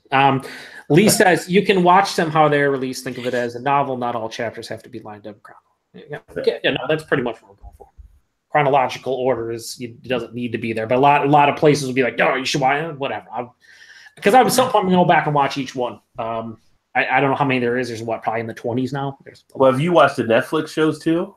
No, and that's the thing. I don't know if I would because that's a lot of time. There, but they're setting them up for. I know. It's tough. Maybe I'll just say F it and not go watch. They're all in the same universe. Yeah. Listen, Deadpool's a little easier to keep track of. Yeah, it is. Yeah, it is. It's way easier. And it has my type of humor. Swears a lot. Deadpool and his X-Men, and they're just all by themselves over there. And Deadpool swears a lot. He gets my vote. Yeah, that's what I like. That's my type of humor too. It's fantastic. The way they're going now is kind of like how you have to play a game on PlayStation versus when you played on the 2600. It was one button and one joystick. Now you got like 6 buttons you got to worry about doing, you know. It's way too, yeah, it's very complicated. It's like, I just want to throw the football. How do I throw the football? Remember Nintendo came out, there's an A and a B button? What? There's 2 of them? Now what do I do? Now there's like 4. I got to shift the line too? What? Yeah, I got to shift the line. I can call audibles? Like how? What is this? I just picked the play. Isn't this Tecmo? Ethan says A Quiet Place was good. Got to see it in the theater though. Theater movie. And he says the young girl in that is actually deaf too. You know. Speaking of deaf, this is kind of a little off subject, but I saw a thing online. One of the news pieces. Here we go. There was a lady in the store, and the lady couldn't understand what the person was saying, or she was turned the other way. So the person punched her. What? They punched the person. They thought they were ignoring them. Well, it turns out the person that was ignored was deaf and couldn't hear them. Wow! Wow! It's okay to punch someone because you think they're not listening to you. Sounds like something Ethan would do. I mean, it's just like, where are we going in society? So when he said deaf, it popped in my mind about that story. It's like, Jesus, you're looking at Target and you're just gonna punch somebody because you think they're not paying attention to you. I feel like every day we just take like 10 steps backwards. Yeah. I told you guys a long time ago I wanted that Beer Island. There's a reason for that. Yeah, there's just people are increasingly impatient and just douches in general. Like people just I don't know what's happening, but it's like everyone thinks that they matter and only them. Yeah, I don't understand. But I mean, it popped in my head, so I just figured I'd share that. But whatever comments we got there. Yeah, it's just nobody cares. Actually, we don't have any more. You can't stop when a deaf person be a Oh, hang on. We'll move on to Ryan, a much better viewer than Ethan. He says, we gave up on the Marvel universe when he started and need an advanced degree to keep up and a Gantt chart to sort through all the movie/show lineup. That's tough. I mean, that's the thing about the Marvel universe. If you do want to keep up, you got to invest a lot of time. Like Rod's talking about, if you want the entire 100% experience, you got to start watching these Netflix, series. You got to watch the ones on actual cable, and it's just like it becomes almost work or like a chore. You're like, I got to watch this one, I got to watch this one, and yeah, a lot of them are really good, but it's just like, how much time can you invest to one single thing? And that's the other thing. Going back to the video game analogy, is like the PS4 games, like Todd knows. They don't even give you manuals anymore. It's just like the disc inside. So it's like, where the hell's the manual? So yeah, there's such thing. Right. Figure it out. Yeah, so they're making it more complicated than it needs to be. Yeah. Hey, Rod, did you watch? You watched Jessica Jones, don't you? Yeah, but I haven't watched the second season yet. I haven't had time. I was going to ask you. Yeah, we finished that a couple weeks ago. Yeah. Pretty good. Well, the first couple episodes starts out kind of slow, and you're like, yeah, and then it kicks in. Yeah, it's pretty good. It's worth watching. How about Westworld? You guys watched the first couple episodes of that yet? I know you, Rob. What date on Westworld? I'm up to speed there. What do you guys think? I'm as confused in Westworld this season as it was to start out last season. They even recapped it for like the first 10 minutes, and I'm like, I remember all this. I don't know what the fuck's going on. But I guess my wife, I was like, do you understand? I'm fucking just stupid or mental or I don't know what the hell's going on. This is a great series, and I know about 47% of what's happening right now. I'm just loving it. It's a great show, though. Her answer was, I got to find a podcast that explains it all, just like it was for Game of Thrones. What I did was I went to a website where they recapped the entire first season for me, because I'm like, I know most of it, but like I just need a refresher. And there's like 3 things that I totally forgot about. I'm like, oh yeah, that, yeah, oh yeah, this too. I'm like, yeah, I'm glad I read this because I totally forgot. Yeah. But last week's episode, I kind of followed a little bit easier, and I was like, okay, I see what's going on now. I kind of understood it. First week, I was like, what the fuck's going on? I don't even know. I didn't even know what the hell was going on. I know there's still people pissed off, like, how do we even get to Westworld? all I know is that show shows more Schlong and Bush than any show ever. Oh, no doubt, dude. It's unbelievable. It's HBO though, right? It's cool. Everything's fine. True. Well, funny thing about that is that what was the old movie Spartacus? The old TV show Spartacus, Stars, whatever. Spartacus was the old Roman warriors or Greek warriors. Yeah. No, but I don't. Series. Well, they did the same type of thing there, but they would talk about they actually have wigs for that. Oh, American? That the women would use wigs for their genitalia. So, which I didn't know there was a market for that, but like online they have like wigs and stuff. there's a market for everything, Rob. That's what I was going to say, Rod. There's a market for everything. When people are like, "Oh, I thought of this, and I'm going to be rich," no, they already thought about it. You Trust guys, Yeah, too late. the wig is called American. Huh? Let's use the correct nomenclature. Yo, What it's is it? A burqa?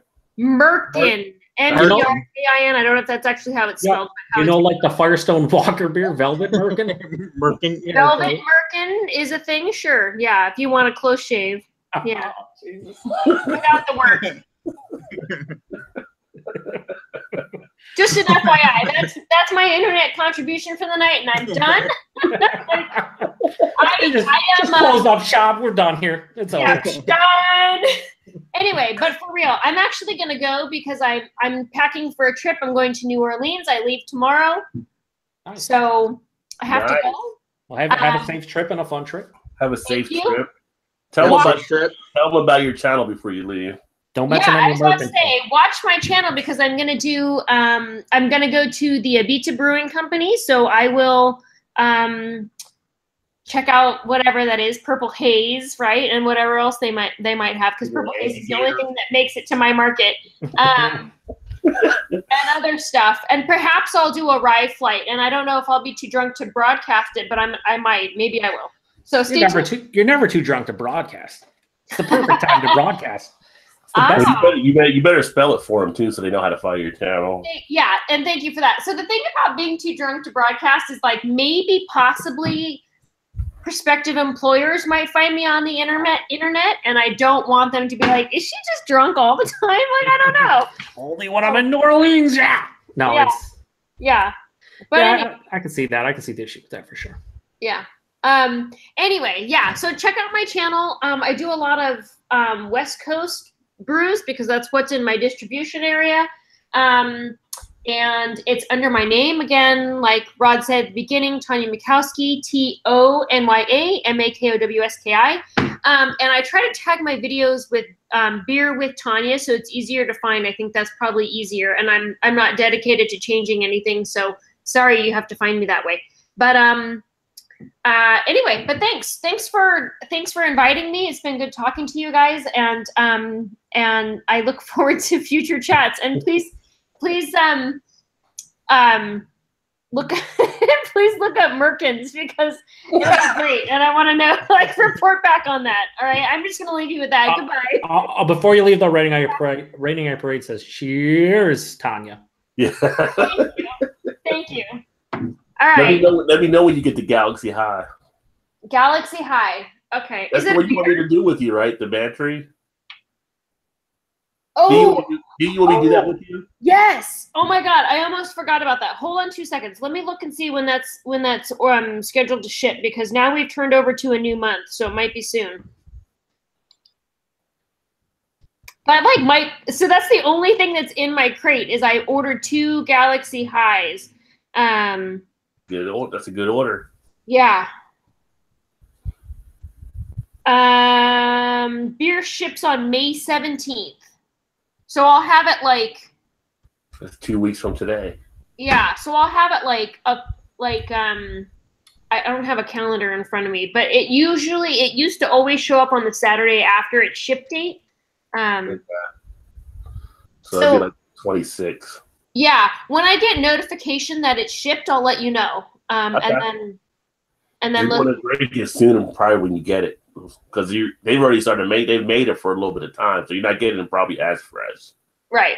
Yeah. Right. It'll be they're pretty good. Tavor's pretty good about sending fresh beer, but you know, it might be one released behind you. It'll still be good. Don't get me wrong. Yeah, exactly. Yeah. I'm excited about that, and when I saw that, I jumped on it, and I'm glad that you can find it. So yeah, as soon as I get shipping notification from them, I'll let you know so you can grab it, and then we'll coordinate on that. Sweet. Cool. Oh, sorry. Ice Cube. Just kidding. Eric Gilbert, if you're watching tonight and you just subscribed to my channel, thank you. He was watching, and he probably still is. Man. Yeah, Eric's good. Thank you. I just got a notification. Here I am, like looking at my phone to see when my next beer comes, and then I got this notification that Eric subscribed. So cool. Thanks. I babble a lot, but that's just how it is. So, but about good beers, that's all good. Well, have a nice, safe trip to New Orleans. Yeah. For sure. Second that. You couldn't tell your mother about. Yeah, there will be some non-mother-worthy things. Yeah. About that. So, yeah. New Orleans, a lot of things are going to happen. Cheers, cheers. It's going to get crazy. Also, I'm going to see my grandma. Yeah. You know, so. Get And yourself a po' boy while you're down there. Oh, man. Yeah, go get a creme de brulee. Oh. yeah, I don't know. Poor boy has shrimp on it, right? Gross. Oh, you're allergic? No, they have all different kind of po' boys, though. They have. Yeah, you can get different kinds. All It's right. just the style of how they make it, and then whatever kind of seafood or meat that you want. Go to Jackson Square, get your fortune told by the fortune teller. I do need my fortune told, but I'm pretty sure my fortune's gonna be like, bitch, you're poor. You're poor, but I see a lot of beer. Drink more beer. Yeah, drink more beer. Yeah. And If if you're, it if, has to you're, be if, that, you're, I if you're a vampire fan, you have some pretty cool vampire tours, and Anne Rice's house is right down in the Garden District. there's actually tours. Yeah, yeah. Thanks. I actually was gonna look that up because Sunday I was gonna go to the Museum of Death, like on a like my own goth self date, and I was gonna go find the vampire Lestat's house because it's very, very described in very much detail in her book. So I'm glad that there's a tour. I might go on that.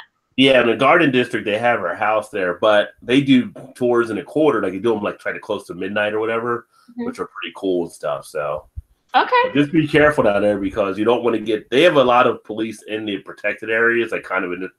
They'll tell you, Right. don't go down alleys and all this kind of stuff because New Orleans has a lot of crazy stuff that does happen. So just make sure you're in the. All right. Well, I want to put this out there in the world. My arm is not actually broken, but in a cast, so I will fuck you up. And it's Tanya's PSA. Yeah, that's her PSA. It's not don't drink and drive, although she does. She advocates not drinking and driving, but she will also Take lift. Yeah, I will fuck you up. she will bust your ass with that cast. Just recognize what's gonna happen. Let's just get that out there. Like, that's done. And I will pick fights over social justice. Peace. Have a good night. See you. Take it easy, Tom. Safe travels. Bye. We will move over to comments. There weren't that many. Just Ethan talking a lot of nonsense. He says, I miss the cool stuff like posters in the game you bought. I think he was talking about the old video games and whatnot. He continues on with, you guys doing anything for Cinco de Mayo? Cerveza Flow Show review, you guys? Everyone should wear sombreros. He didn't see my Facebook post. No. Yeah, we're going to need to be a little less racist, Ethan, if possible. And then no sombreros. No sombreros. Maybe Mexican beer, but no sombreros. Eric responded with no problem with time. If we wanted to do something like a Mexican beer show or something for around. What the fuck day is that? So Saturday, I don't know. I'm doing a live review with Craig, but then afterwards he wants to do a hangout, so maybe we can intertwine. We could have intertwined. Yeah, we could think about something. Then I have to go buy like Mexican style beers, and I don't know how happy I am about that. Well, I can just buy a tall boy Corona or something. Yeah, you know what? Maybe if I can find Pacifico or something that. Yeah, there you go. Maybe I'll try it out and then drink for the rest.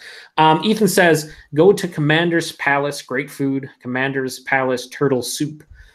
And then, yeah, I mean, that's turtle soup sounds weird as shit, but I tried once. Yeah, that's pretty popular. We went to Emerald's place when we went down there years ago. That was some good food. But Is that what did all the servers do that? Bam, bam. Here's your drink. Bam. It's like settle down.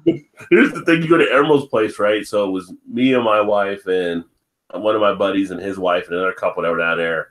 And it was like we went to Emerald's place. It's like this high cuisine type restaurant, but you had to know what you wanted to eat because me and him were both big guys. It's like don't order the wrong thing because you're gonna be hungry afterwards. So I got I forgot what I got, but I got a good portion. He got this little thing, and he's just like looking over, like, man, I done messed up. I got something small. He's like, you done messed up, Aaron. This little plate of food, $50, but I'm gonna be hungry afterwards. I'd have fought somebody most likely at that point. That reminds me of this last weekend. We was out with my brother-in-law, my brother-in-law's cousin, brewery hopping. We went to a seafood place later on Saturday night and ate. They got like crab legs and oysters. As soon as we left, it was like, let's stop about White Castles and get something to eat. What? You just had food. You're like, yeah, I'm still hungry.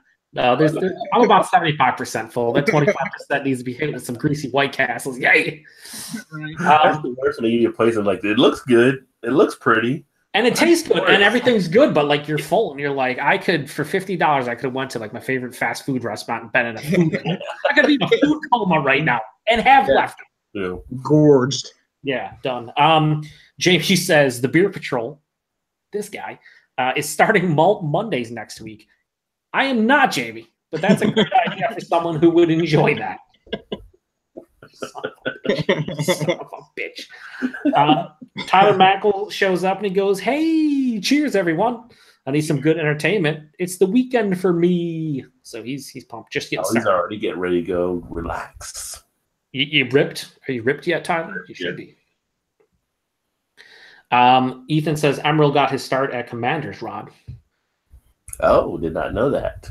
Ethan's got a lot of knowledge trivia tonight. Yeah, most of it's fucking dumb, but that was good. I'll give you credit. Useless knowledge. Useless knowledge. Yeah, he is the most useless knowledge ever. If you didn't, for everyone who doesn't know, Ethan just got engaged to his fiance Amanda. So congratulations! He just posted congratulations, Ethan. Congrats. Yeah, check out his Galaxy High review, one of Rod's favorite beers. I do got to check that. I do have that queued to check out, Ethan. It's like 12 and a half minutes long, so he's doing Beer Patrol type reviews. You need to settle down, Ethan. But he does have like half of the beer or half of the video is a review, and then half is about the engagement and everything. So he's getting married. So good on Ethan. Congratulations.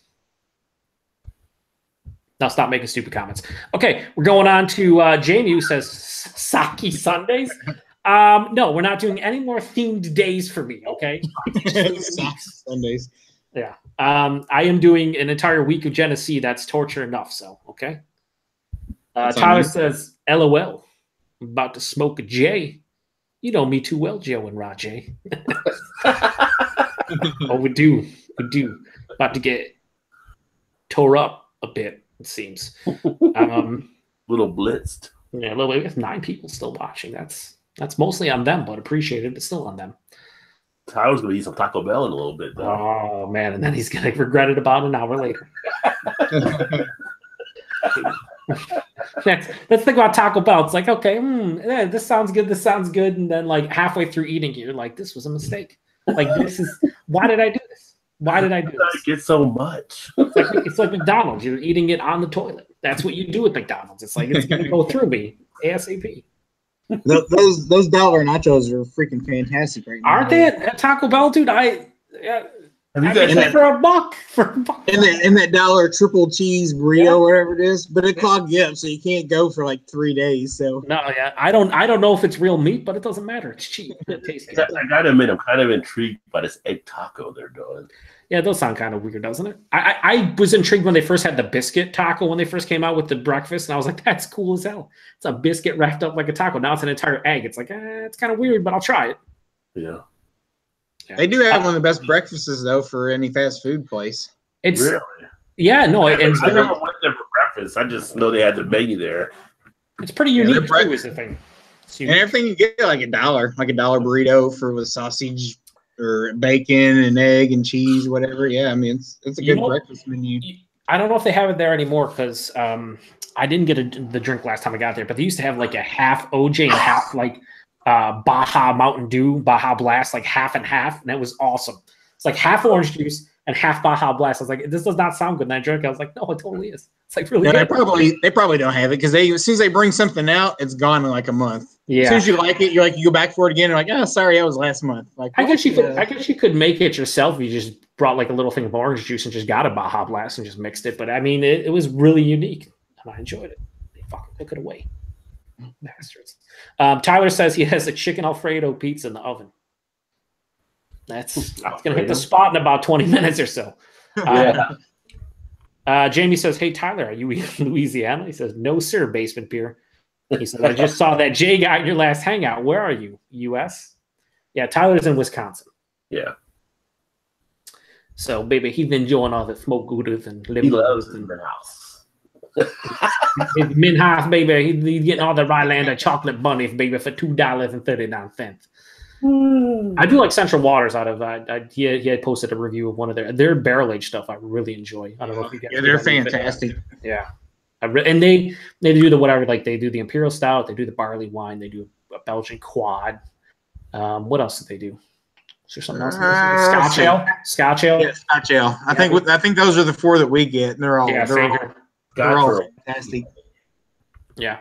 Speaking of Todd, you and I are gonna the Hunter and the Coconut Hunter we're gonna have to do soon.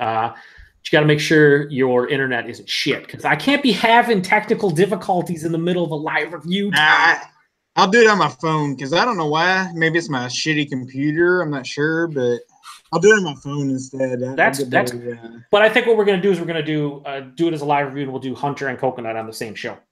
Same live review. So we can. Yeah, no, for sure. We'll set it up, but probably in the next couple of weeks. I'm gonna do a couple live ones with Lee, you, and then I'm gonna start doing probably like once a week. I'll try to do live reviews, get Rod on the channel and stuff. Maybe even do some trio reviews, baby. If we all can get the theme, yeah, baby. Do a trio live review. There you go. I think it'd be cool. Yeah. Do trio, like get us 3, whoever, and then I've got the Coconut Hunter that I've got 2 bottles of when I got yours, but I've got the regular Hunter I can get, so I just need to pick it up. Yeah, I'll let you know, like maybe 3-5 days beforehand, so you can pick up the regular. Yeah. Figure doing them. I just probably just go pick one up just to have. So yeah, and doing them back to back on the same show would be good. Do the base one, then transition to the coconut one, see the differences. But I thought it'd be a cool little show to do. Yeah, just let me know. I'm up for that one for sure. Damn right, sons. I'm so pumped. I only drank 1 beer tonight because I think after this I might do a review or 2, so I don't want to be fucked up. Got to keep it professional. That never happened. Never. Boo. I did. Boo. I did. So this week, all the reviews I did this week, I pretty much did. No, that wasn't this week. The 1 week I did them like back to back to back, and I was like, oh Jesus Christ! Like the third one, I don't know how you do them, Rod, or anybody else there whose reviews like Tyler, whatever. If I do 2 in a row, I feel like I'm done. You know what I mean? Like I don't want to do more. It depends on what you're doing. If you're doing like 2 high ABV ones, yeah. That's pretty much what I've been doing on my channel. It's like you try to balance it out, working in, high, low, then another high, then call it a night maybe. Yeah, these Jennies, does not gonna matter because they're Imperial Cream Ale 7%. I'm like, guys, come on, really Imperial? It's barely, come on, it hasn't even hit the Imperial range. Maybe not. I mean, it's Imperial for the Cream Ale, which is like 4.5, but in general, it's not really Imperial. And then what else we got? We got Ethan says, you guys watching the World Beer Awards tonight? ? Okay, number 1, what the fuck are the World Beer Awards? I was watching the Cornhole Championships, not the World Beer Awards. Okay, never mind. That Cornhole Championship watching might be worse than the World Beer Championship, World Beer Awards. Where are they, Ethan? Where are they? Are they televised? Or are you talking about, I'd imagine, on the internet somewhere? Because I just saw one of our local breweries got an international award, though, so it's probably the same show. Fretboard just won an award on something. I don't know what channel it's on. Come on, Ethan. Ethan, you post a lot of useless shit tonight. Can you post something that we can actually... Tombstone's on AMC, though. Some kind of tangible information, please. Tombstone's always good to watch. Basement Beer says, Wisconsin is the North Bay of USA. And this is geography humor/humor, spelled both the U.S. way and then the non-U.S. way with that extra U. Tyler says, hey now, I don't drink Minhas Brewery. He knows. Yeah, he knows. Tyler, you know their reputation of being, well, Minhas. That's like giving somebody a fruitcake if you give them a Midhouse. Yeah. Yeah. I don't hate fruitcake, but I never want to eat it is the thing. Like I've had it before, but I never once in my life was like, yo, you know what sounds really good today? What? Fruitcake. Yeah, we just can't get fruitcake. My grandma used to make them all the time, and she used to make it better because she would put rum in it. A lot of rum. So it was a rum. It would be like a rum. And it was fresh. Yeah, it was fresh. Shelf for like 12 months. And it had rum in it. Then she'd like sprinkle extra rum on it. I'm like, this is how it's done. So while I'm eating this, I'm also getting hammered. Eric Gilbert says watching Glory Hole Championships. Now that's a bit better. Glory Hole Championships are probably preferred in general. No, Ethan. Ethan, come on, man. This is the one time we need you, and you're nowhere to be found. All we're asking is where are you watching these World Championships of the beer here? He says it won't let me post the link. Oh, can you just tell us like where it is at? There's something. You know, let me see if I can find it. Is it live tonight? Yeah, there's actually links to it. I don't want to click any of them because they all seem shady. What is it? The Beer Championship? The World Beer Championships 2018. It's apparently a thing. They have live streams of it. World Beer. So we talked about it before. What do you guys got coming up with now warmer weather? Any festivals? Because I have one next Friday I'm going to. I might shoot some stuff there, but I'm still kind of awkward in the whole being like live somewhere and like busting out a device to record on. Probably going to take my phone. But your phone's fine. Yeah, but the mic on it sucks. I don't want to bring my external mic, so I might just see how it is. Bring your external mic because it's bigger than it's like as big as the phone, and I don't know. I'm gonna see. Are you nervous about people watching? Like, what the hell is he doing over there? Well, like a festival when there's hundreds of people. Oh, yeah. And I don't know. I mean, I probably can sneak away. Like it's right by the canal there. So there's places to like kind of sneak away. So I might be able to do that, but it's at 5 o'clock, so it's going to get dark quickly. So I might the first couple hours sneak away and just do a couple quick reviews and maybe show the place and stuff. But I'm still kind of awkward for me to be like, yo, totally in public filming the shit out of everybody. Yeah. See, I've used my phone before for interviews. Yeah, I mean what phone do you have? I got the Samsung S8. It's fine. I mean, it has good quality and stuff. And I'd imagine I can get by with the just the audio on there. It sounds okay. Yeah, so we'll see. I don't know. But anyway, so I have one next week, and then obviously Rhino's Fest at the end of this month. Would you guys got anything going up next month or two? Anything? I don't really have any beer. Our next big beer festival is the one on the Fountain Square in September. That's the end of summer one that Todd came up to for the winter one for. I think in June we have one it's like a canned beer festival at one of our parks. So I may try to go to that one. One of my goals I'm going to try to do is do some more brewery visits and upload those. Like, so I went to Woodburn last night, like the third brewery, kind of what I did from the following weekend. And if I get like one or two each weekend, try to go through like a series of visiting different breweries and doing reviews from there. So I'm going to try to kind of focus in on that a little bit. Sweet. Yeah, no, that's same thing I'm going to try to do. I'm going to try to do some on location. I'm going to go to a couple of bottle shops here and talk to the owners and have them talk about their shop and stuff and show people in the area what's available. So when they, if they do come to Western New York or they pass through or whatever, they kind of have an idea where to go. But I'd also like to go to breweries and talk to people, I think it's fun. I enjoy watching those videos. When you see somebody go to a brewery and check out their beer or just show what they have on tap, or even if you get to talk to one of the brewers or even the owner, it's a lot of fun. Really is. Yeah, I need to do some more interviews with that. I need to go back out to Mad Tree because I had a good interview, but the damn video got lost. So Jesus Christ, Rob, you're a professional. Well, when you come out and do some more there and some of these other places. So yeah. How about you, Todd? Anything going on? Yeah, I have a good one coming up. It's the first Saturday in June. It's probably one of my favorite local beer festivals, or local, my go-to liquor store puts it on every year. All the proceeds go to a great charity. I don't know, it's probably over 200 plus beers on tap. It's on the riverfront, right there on the Ohio River. It's fantastic. It's a fantastic brew fest. Rod, if you ever want to come and check it out, you're more than welcome to come and have a place to stay if you need to. But yeah, that's coming up. That's always usually about the first Saturday of June. And then there's a few more coming up after that, but that's one I usually look forward to every year. It's always a good one. Nice. There is an awesome, like an amazing fest in June at Collective Arts. I sent you one of their beers, Rod. They're the makers of, and this wouldn't be a show unless we did mention IPA number 5, but they're the makers of IPA number 5. Oh, I had to sneak it in. Six definitely did so.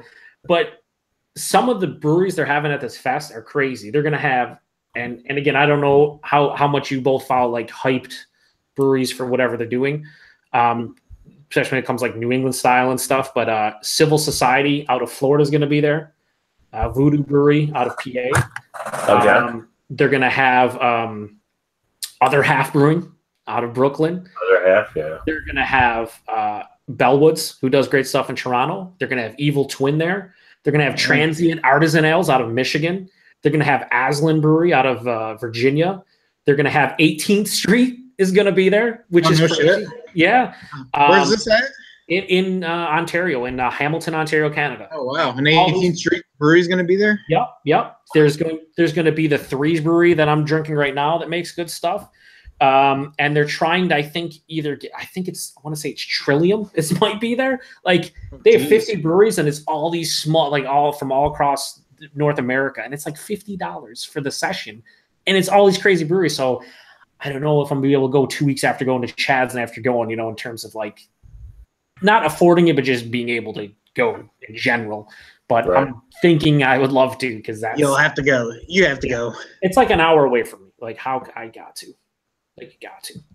All those breweries for $50. Shit. Oh yeah, and again the ones I mentioned. There's going to be like 50 breweries there, and those are what I only mentioned like 7 or 8. Like they have, and there's a lot of good Canadian breweries. Any Canadian Twin Sails, they're on the West Coast. Four Winds on the West Coast. Half Hours on Earth's going to be there. Jamie's has some of their beer. They just basically do sours. But there's so many good breweries. I'm just like, it's kind of mind-boggling that 18th Street's there. They don't even do local stuff here. Yeah, that's what's crazy about this. They made a lot of friendships with these different breweries that are like smaller. They're well known. Like 18th Street is well known. Like before you even sent me Hunter and talked about, like I knew 18th Street because of Hunter. Like he has good reputation. Same thing with Civil Society down in Florida. I've heard good things about them. Aslan Brewery have had stuff before, but these are smaller, like usually brewery only releases. They don't get a ton of distribution. I'm like, how the hell are you just randomly in Hamilton, Ontario at a beer fest? I can't compute. Yeah. Eric says, stay away from Bellwoods and Collective Arts. Shit beer. Eric, you trolling now? You trolling? I love me some Bellwoods and Collective Arts. Except for IPA number 5. Chris is kind of stupid with it. Should put it like a no IPA number 5 zone or something in here. I'm just gonna have to get you guys one. I'm just gonna have to get you guys it so you can have it and then be like, okay, it's shit. Shut up, Chris. But it doesn't live up to that. Well, for somebody like Chris, it is a good beer. Now they've started doing so basically they've been rebrewing it constantly. There's new batches coming out, and I guess it's kind of each batch is way different. So variation is very, very evident with that beer now. Somebody had like a batch that was the canning date was like April whatever, like 20th, and then the next one was April 30th, and they were way different.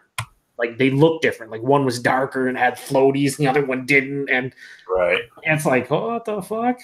You got to be consistent. Right. Mm-hmm. More comments there? Nope, not that I see. I think we're going to wrap it up. We're like 3 hours tonight, so it's a pretty long one there. So, yep, good stuff having Tiny on and getting her perspective on a few things. Yeah. I'll shout out all the chat guys. Craig, Kent Beer Reviews, Drunken One, Jason Voorhees, Earth, Raining on Your Parade, Paul from PA Brew News, Eric Gilbert, Ethan, even though, I basically made fun of Ethan. He's my boy. I'm the Highway, who is basically... You're my boy, Blue. I am the Highway, traveling with Dave Grohl and Foo Fighters and drinking his beer is pretty fantastic. One of the best comments ever. Ryan from Beer by the Numbers, awesome that he showed up. Jamie from Basement Beer Reviews, obviously. His trolling is unsurpassed in a lot of respects, although I didn't read a few of his comments because we're professional, Jamie. This is not BDU or Beer Analysis 101, where everyone's on professional pigs. And Lee showed up later on, Lee Russell. Hopefully Lee enjoys the second half of the movie. Yeah, and if you haven't checked out Lee's channel, it's the They Must Be Destroyed on Site movie podcast. Good stuff. I think he's on like iTunes and Stitcher and all those podcast apps and sites. And Tyler showed up as well late. So Tyler Mankel, he has a channel as well. Ethan's Beer Reviews, his channel. Raining Our Parade doesn't have a channel because he's pussy. Easy now. Okay. Sorry. Don't attack my viewers. I'm sorry. Sorry, Raining Our Parade. You're none of that. Wait, You're a great I guy. have a channel either. Is that what you think about me, Joe? Come on. No, but Raining Our Parade, you don't comment like him, okay? He likes to comment all this stuff. Raining Our Parade knows what's up. And Beer by the Numbers, Ryan, awesome channel, very unique in the beer tubing realm of the world. So, yeah, shout out to everybody. Cool. Well, thanks for everybody that watched tonight and involved. And, of course, thanks to you and Todd, Joe, and Tanya for coming on. Again, Tanya's channel is Tanya Makowski, Makowski. If you want to check her out, some of her reviews. And, of course, Joe, the Beer Patrol, Patroll. Jenny Week, boys. Jenny Week coming up. So check him out. And, check out some of the other people that are in the chat. And if you haven't subscribed, check out their channels. You might want to subscribe to them as well. A lot of good beer stuff out there from a lot of the individuals taking place. Oh, did you say Paul? Because Paul was here for a bit too. Yeah, Paul, PA Brewers, check his stuff out, especially his painting videos, which are fantastic. His painting is fantastic. Yeah. Those are awesome. Paul's painting skills fantastic. His beer reviewing skills, man, Not so much. Whatever. It's like I know Paul all this time, and now I'm seeing him paint. I'm like, is that the same person? I'm like, he looks like he's not painting these happy little shits. I don't understand. Drunken One, of course. Drunken One, homebrewing channel. Craig, Kent Beer Reviews. He does reviews and all kinds of cool stuff. So yeah, those two as well. Oh, Earth. I forgot that. Shout out Earth. He's an entire planet. He's a planet. Just a planet. I don't know what else to say. He's a planet. Enough said. He does a lot of worldly things. So yeah. Last comment though before you wrap up. Ethan said Pabst won gold for American Lager / Cream Ale. It was their old style. So nice. Fantastic about the link that you didn't send us. Thank you, Ethan. Oh yeah. Well, actually, I just posted the link on my Facebook page. All the categories. There's 300 something of them, so we're not reading them, of course. But if you want to see the winners from the most recent beer championship, check out my Rod J BeerVentures Facebook page, and you'll see a list of all the 302 awards. So yeah. So some good stuff on there. Some breweries that we know here locally. Fretboard was on there as a winner. Fatheads was on there as a winner.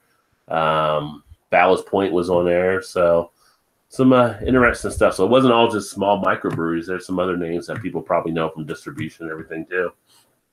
But that all being said, we don't have Eric here, so don't drink and drive. Otherwise, Eric will come kick your ass. Yes, and then your family will be pissed at you because you'll be in jail costing them money or you'll be dead. And as he would say, you get these old stupid sobriety tests if you get stopped. So just don't do it. That all being said, thanks for swinging by and check out another show. Hopefully you guys enjoyed yourself. Hopefully you laughed a little bit. And hopefully we'll see you back next week. Keep drinking those good craft beers. Remember, there's always time. Get your beer on. Cheers.